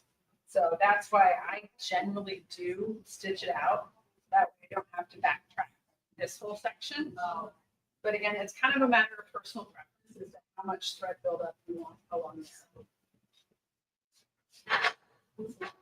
Start to get a little smaller as I come up here. And then, I come back and meet my top feather. And then all the way along here. So you always start at one end. I always start at one. Yeah. Now I know people who dislike thread buildup enough that they'll actually break thread and not backtrack along the spine because they really don't like thread. I'm too lazy for one thing. And again, I don't mind the thread buildup. So you laid the first line, the slide down, and then when you get to the end, you stitch that over. I'll get to here and I'll just stitch right back over that line to get back to the end. So I won't start at this end. So I go back to this end to the feathers. So then I do that feather and then again kind of grow them as I go. Kind of mirroring that same number of feathers. And if you don't mirror the exact same number of feathers, that is 100% okay. Nobody will count. Nobody can tell. I mean, unless it's, way, way obvious, nobody's going to count.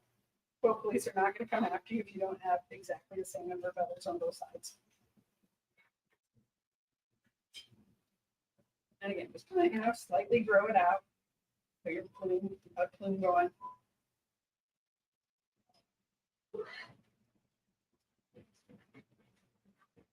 And you just go, same thing, you kind of get out to here. You're gonna shrink it a little bit to where you meet up with. And so you got a plume. And then when you start getting really comfortable with this, then you can start, okay, say you've got a square or a rectangle. Then you can start practicing, okay, you can stretch this and fill a rectangle or fill a square. And you just start on paper sketching out those shapes and figuring out what does it look like when you do that. So let's go over the machine So here. do you ever draw feathers behind that, like the feathers laying on top of the feathers? I have.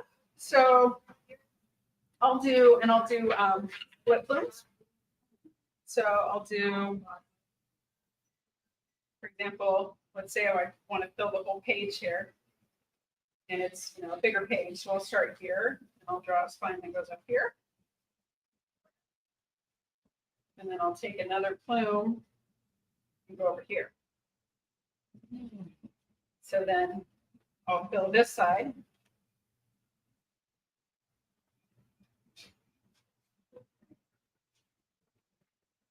And I want to fill the whole space. So I'm immediately kind of going to go and stretch these feathers out over here.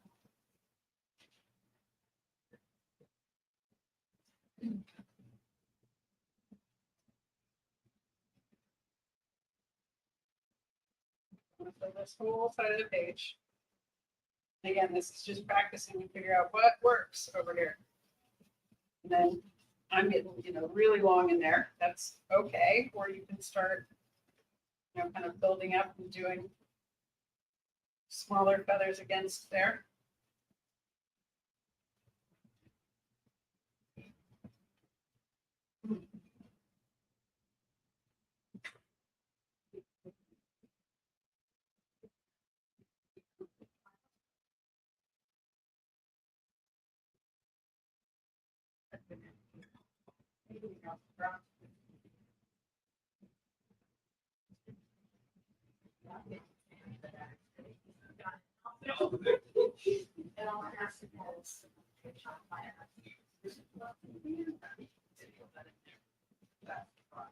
So then when it comes to this, I'll do kind of a dividing plume.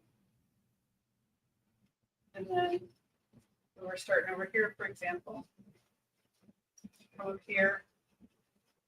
And I'll kind of picture, an imaginary dividing line in between those two plumes. And I'll fill out this side up against that imaginary dividing line.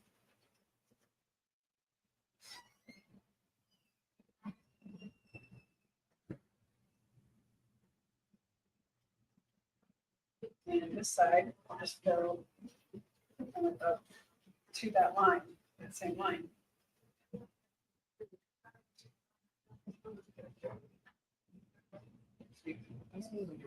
Split your plume like that, and then you fill in this whole side with plumes similar to you did like that. So you can split your plume, see?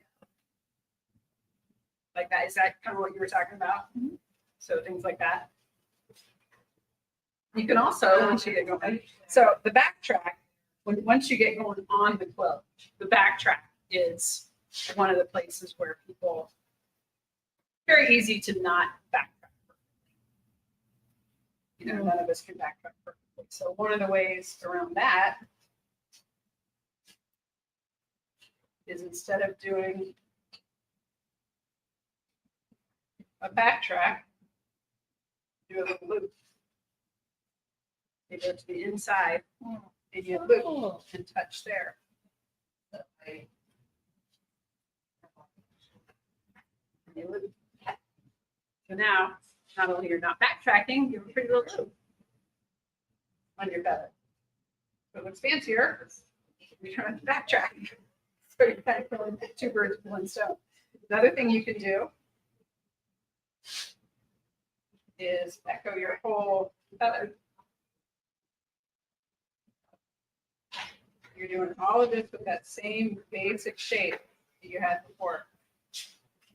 that you mastered by drawing it 77 times. So you can take that full basic shape. So that's the exact same shape that you drew before. It's the first part of that shape that you drew. So you're not bouncing back each time, but you're taking that first part of the shape you drew, but you're just echoing it. Coming back a little bit, same, and now you've got a whole kind of different feather type. That gives it a really neat effect, but it's that exact same shape. But again, the key to all of it is mastering, getting that angle going up and the curve coming back. That's key to getting the success on your feathers.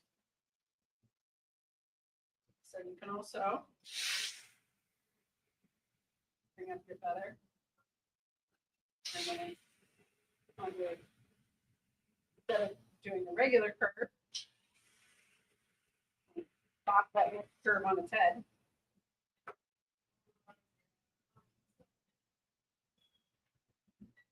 And again, the exact same motion, exact same shape, but now you've got another fun little shape.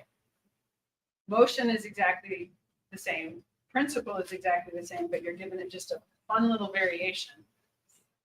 But it's all about getting that curve coming back to the same thing. And we do that by drawing it over and over and over again until we get into it. So let's come to the machine and we'll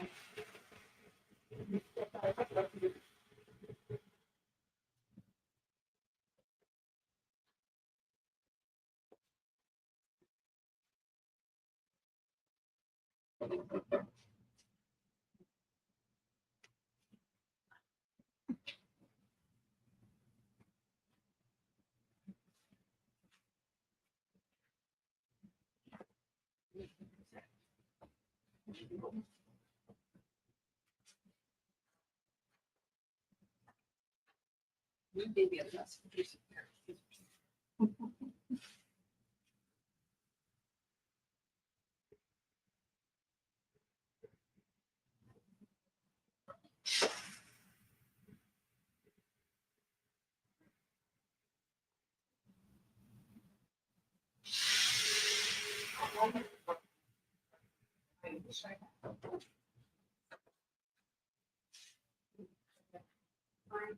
Yeah.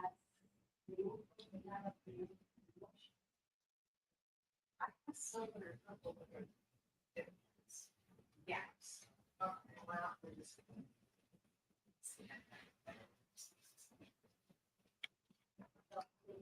Yeah.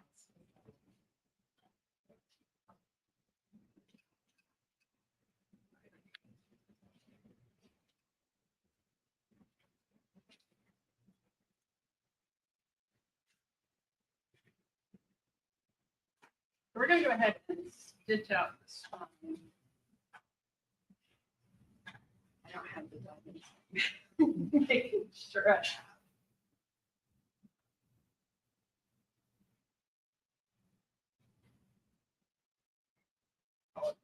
Settings here. I found it. Oh, I did have one. We're going to go ahead and just stitch out. Wow. Stop. We're regulated.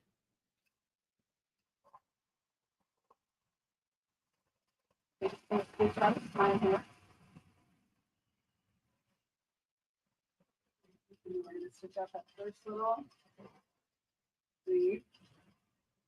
And then I usually do that curving around. We go back to here. And then come back to the spine. And I don't have to go because I stitched out the spine. I don't have to go clear down to that first sleeve. So I come back, follow the spine just for a little bit. Come back, circle around, get back to about that 2 o'clock. Oh, something's in my rail.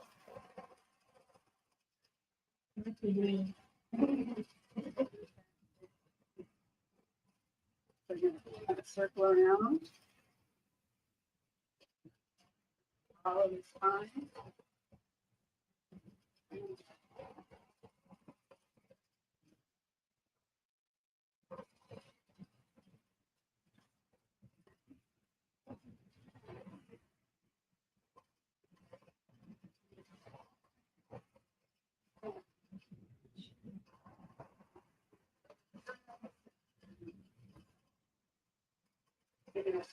get down back over my spine.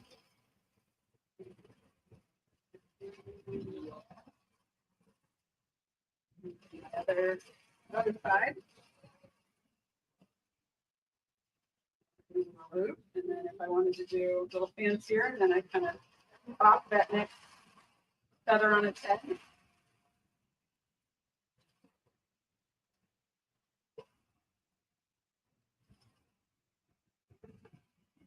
And if you're doing that, those tend to be a little bigger. You just take up a little more room. Stretch those feathers out a little more.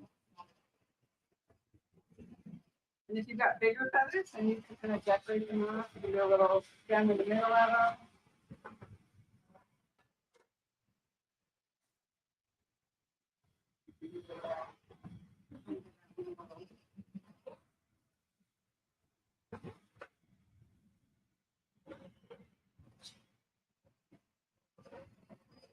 So we have our feathers. So there, and it really is just about the muscle memory and about practicing. Over and over. And it's about playing with the different shapes and playing with the different ideas about what you can do and experimenting.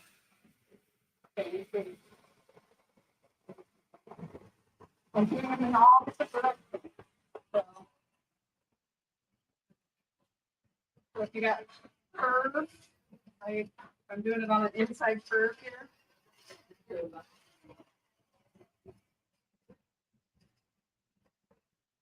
Here I'm going on an inside curve. I'm going to try and fill all the space. And now you can see I've got a pretty tight curve going on the inside here. And I start to kind of do a little feather on the inside. So fill that space with the inside curve. And you can play around with something stuck in it. Right? No, it's not really. Go back down.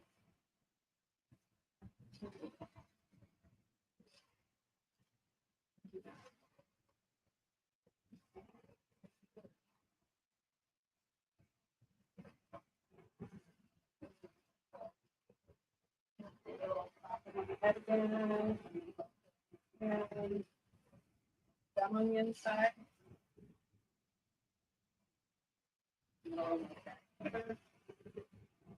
So you can do all sorts of fun things with your feathers.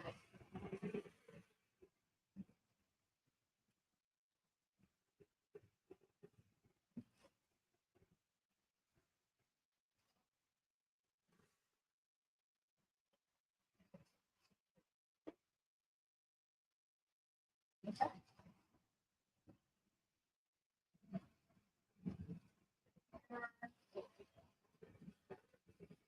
Once you go try.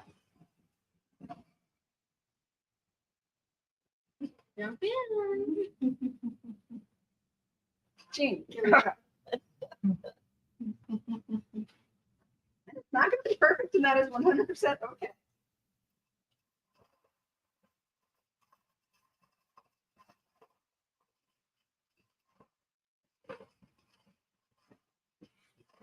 There you go. I'm going to play out on that one. That's okay.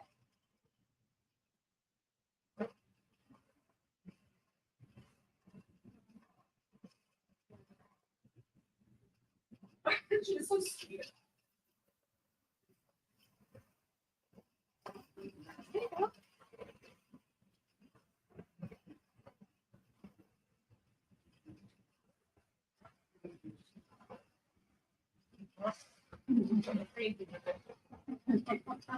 That's okay. You just keep practicing. And by drawing it over and over again, you just kind of get that path of how the motion goes in your head. And one of the other things about drawing is when I'm drawing it, I'm usually actually holding my pen like this. I'm not holding it like I would normally hold a pen. I'm holding my pen like this, just so I've got the wrist motion kind of like it is when I'm at the machine. So I'm not like this, generally speaking. So I'm doing it, so I'm kind of moving my arm a little bit like I am on the long arm. But the big thing is I'm getting into my head, what is the path? Where is the motion going? Because, you know, especially when you're doing the bounce back, it comes in pairs. So bump, bump, around, bump, bump, around. Because when you're first starting to do it, it's not necessarily intuitive that, you know, okay, feathers are in pairs, but that's the way they go. So by drawing it over and over again and kind of getting your whole arm involved in the drawing process, you're developing that muscle memory. You know, if you've got a whiteboard, that's an even better way to do it. Like a 2x3 whiteboard, get a whiteboard, put it in your lap and draw it. And those are great because you can just erase it and do it over and over and over again. And I know I'm sounding like a broken record, but I really cannot emphasize enough that the absolute best thing to do is just practice the shapes over and over again. And yeah, they look really funky and really ugly first.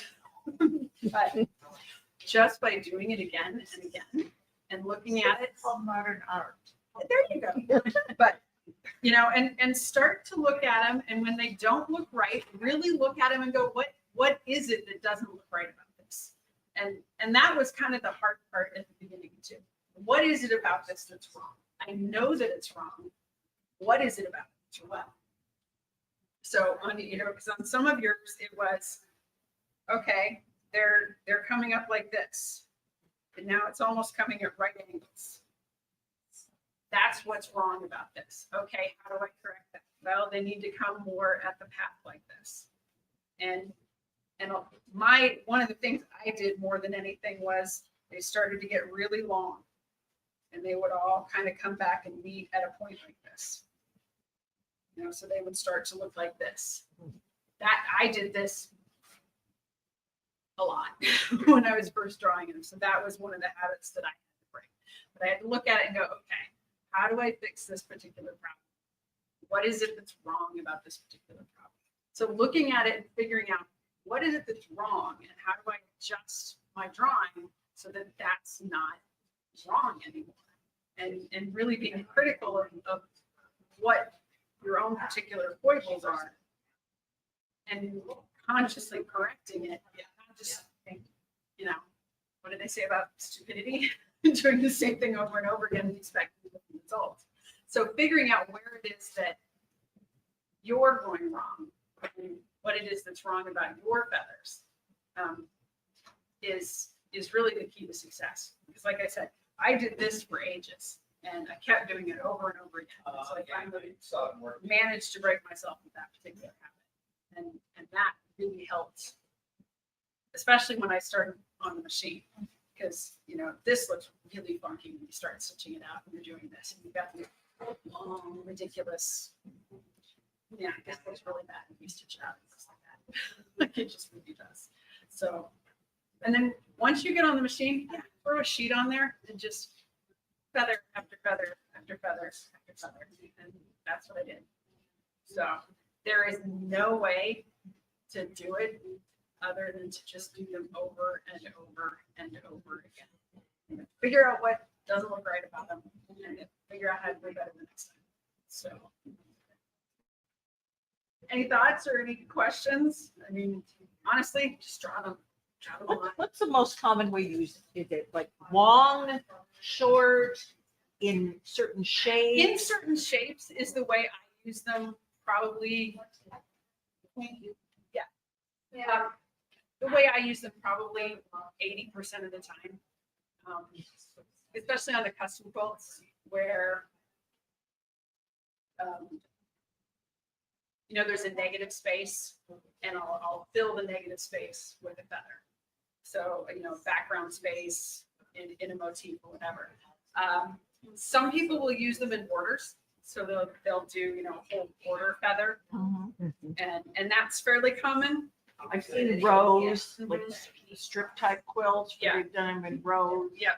I mean, people do. I don't tend to do that as much. I definitely don't like doing vertical ones, just because you have to advance the quilt. Oh, but yeah. that's Oh, not yeah, my true. preference. I'm lazy. Horizontal's not so bad because you do it all across the quilt. But vertical, you can certainly do it, and I have done it, but it's go down one It's side, trickier advance, vertical, go down, advance, go down, advance, and then you gotta go back to the top of the quilt and do the other side. You can do it, I mean, and I have done it where you do.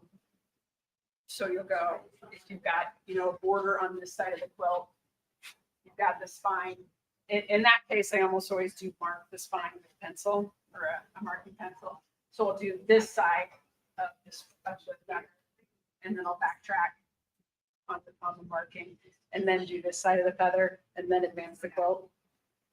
So I'm doing parts of the feather at once, is how I would usually tackle that. If I'm doing a bird or say quilt. But then I'll do, I have to do this side, and then you have to back the whole quilt up and then do this side. Is that particular one. But 90% of the time that 80% of the time that I'm doing feathers, I'll do it in a block where there's negative space in a block, or I just did. It was a quilt, something like this, with the big central motif. So I did a feather in the background of the stars. So she had a big star in the middle, and there were wedges like this, 6 of them around the outside edge. So I did a big feather in each of those outside. So when you do that, do you repeat how it is in there? Try and make them all I about made the them same? similar. They're not, it wasn't automated. So I would start out with the same rough central curve. Mhm. So I started out with the same curve. I used a ruler. So I had the same curve, diameter around the curve, so that they were at least consistent in that way, and they were all curved in the same direction. But, they weren't exactly the same. But at least had some consistency in them. So, I've done them in, just half square triangle quilt, where I'll do a feather in 1/2 of a triangle, where this side of the block has a triangle, or just a, kind of a real simple feather in the solid side of the triangle. Because you could do, if you've got just a square block, you can do just a really simple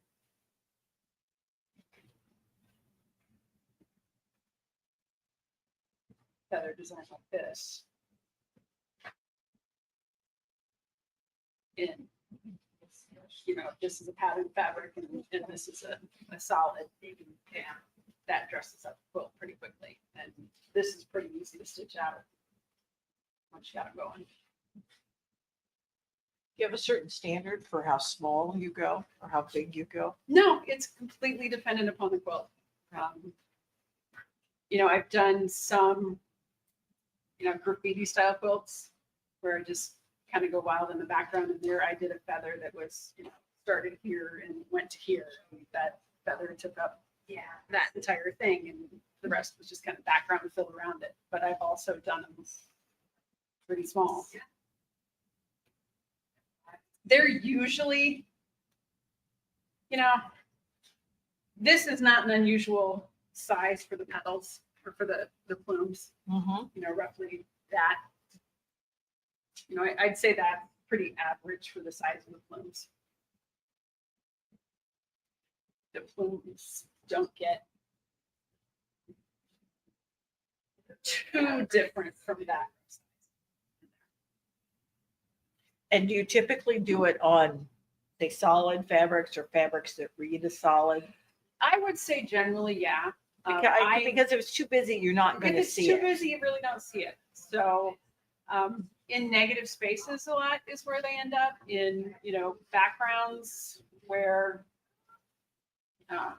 you're adding something to it, where you're really trying to, add a little detail, add a little pizzazz. Because, yeah, if you're doing it on a really busy fabric, What's the point? what's the point? Yeah.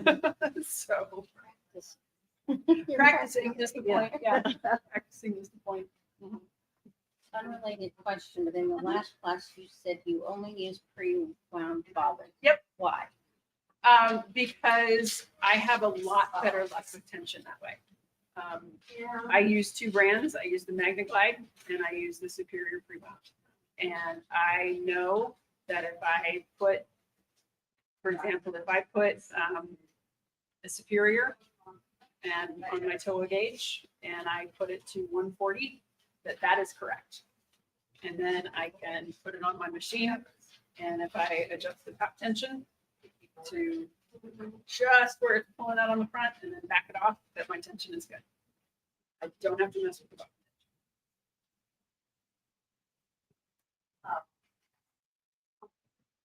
I really like the look of that white quilt where they have feathers mixed in with, really Yeah. small stuff. Yep. And like for a Baltimore album quilt or something, that'd be really pretty. Yeah. And I do that on some of the quilts, you know, that are really custom, like the one I just did had, you know, feathers in the background area. And then the central motif had a lot of, you know, very small stitch in a ditch. Do you charge a lot extra for that kind of work? That is by the hour.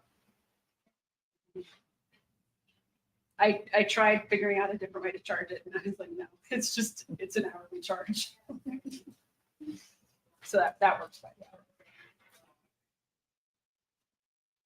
Any other questions on feathers? Somebody else want to try one here? No, I'm not ready. How do you do circle feathers? I don't tend to do a lot of circle feathers. I think when I do, I honestly struggle with them because I don't do them very much. Again, it gets back to the practice thing.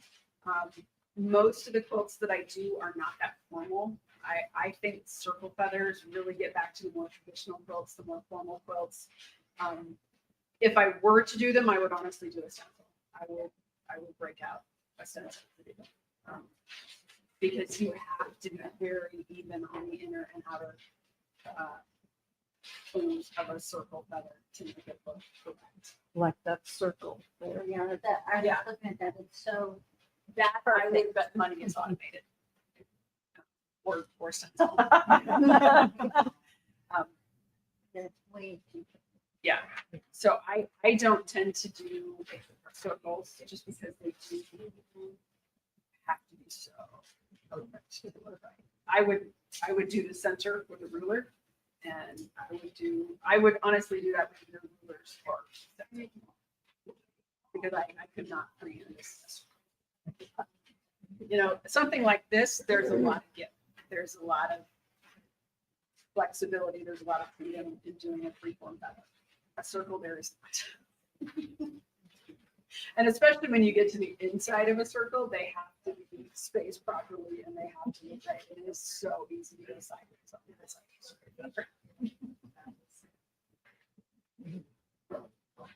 Any other questions? Any thoughts? Go buy a sketchbook. Yeah. Or a whiteboard or something. But honestly, I've got sketchbooks for it. Yeah. That is the best advice that I have is just draw them over and over. I feel like now after I practice, I can actually do this. I think, I mean, they're really, it really is just a matter of getting the path of the motion in your head. And when you sketch them, move your arm. Move your whole arm. Because that's what gets the path in your head. And look at them and figure out what needs to change. And that's what you're doing when you're Yep. using the machine. Is you're using moving your arm. the whole arm. Yeah. That's why I do it that way. So I get good pens that can write vertically.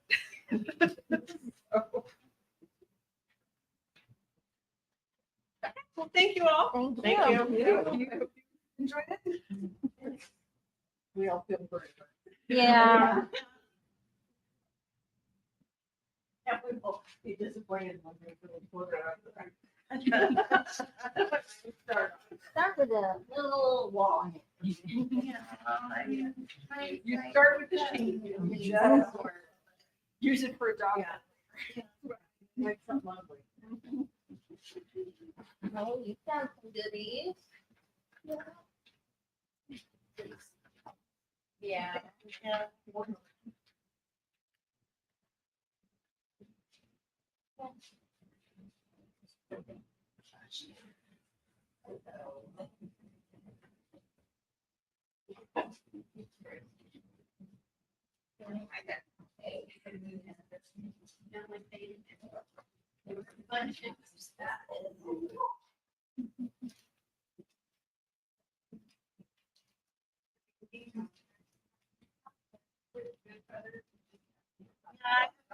Until you get that look.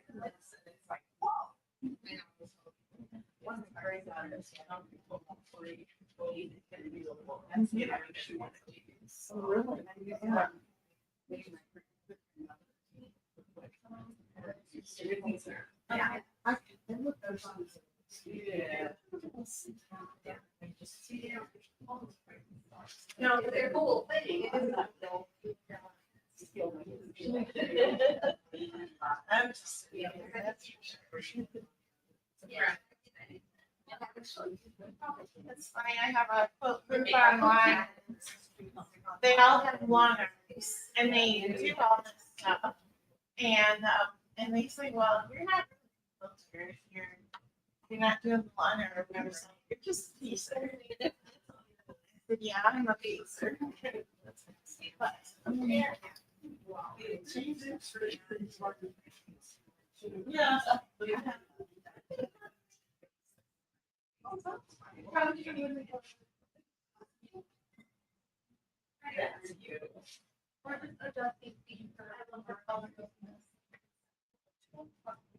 How is it? Do you go to the Mexico Expo? Uh-huh. Right here. I was just talking to Carrie, this is my quilt, and she'll be for doing, the teacher tree brush and replace, that's all, teacher tree brush and three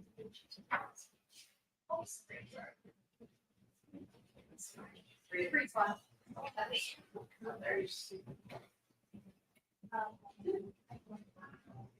I don't know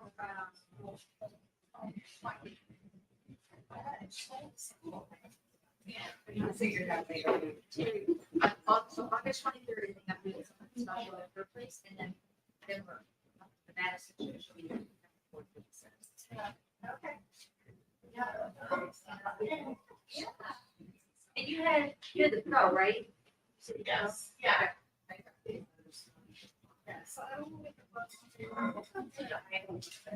Hopefully so.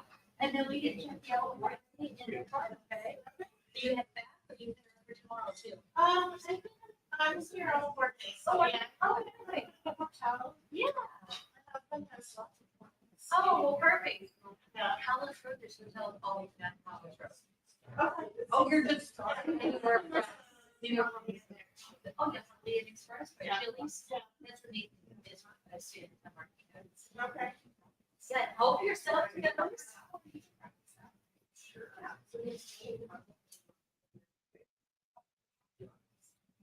You're gonna be in there.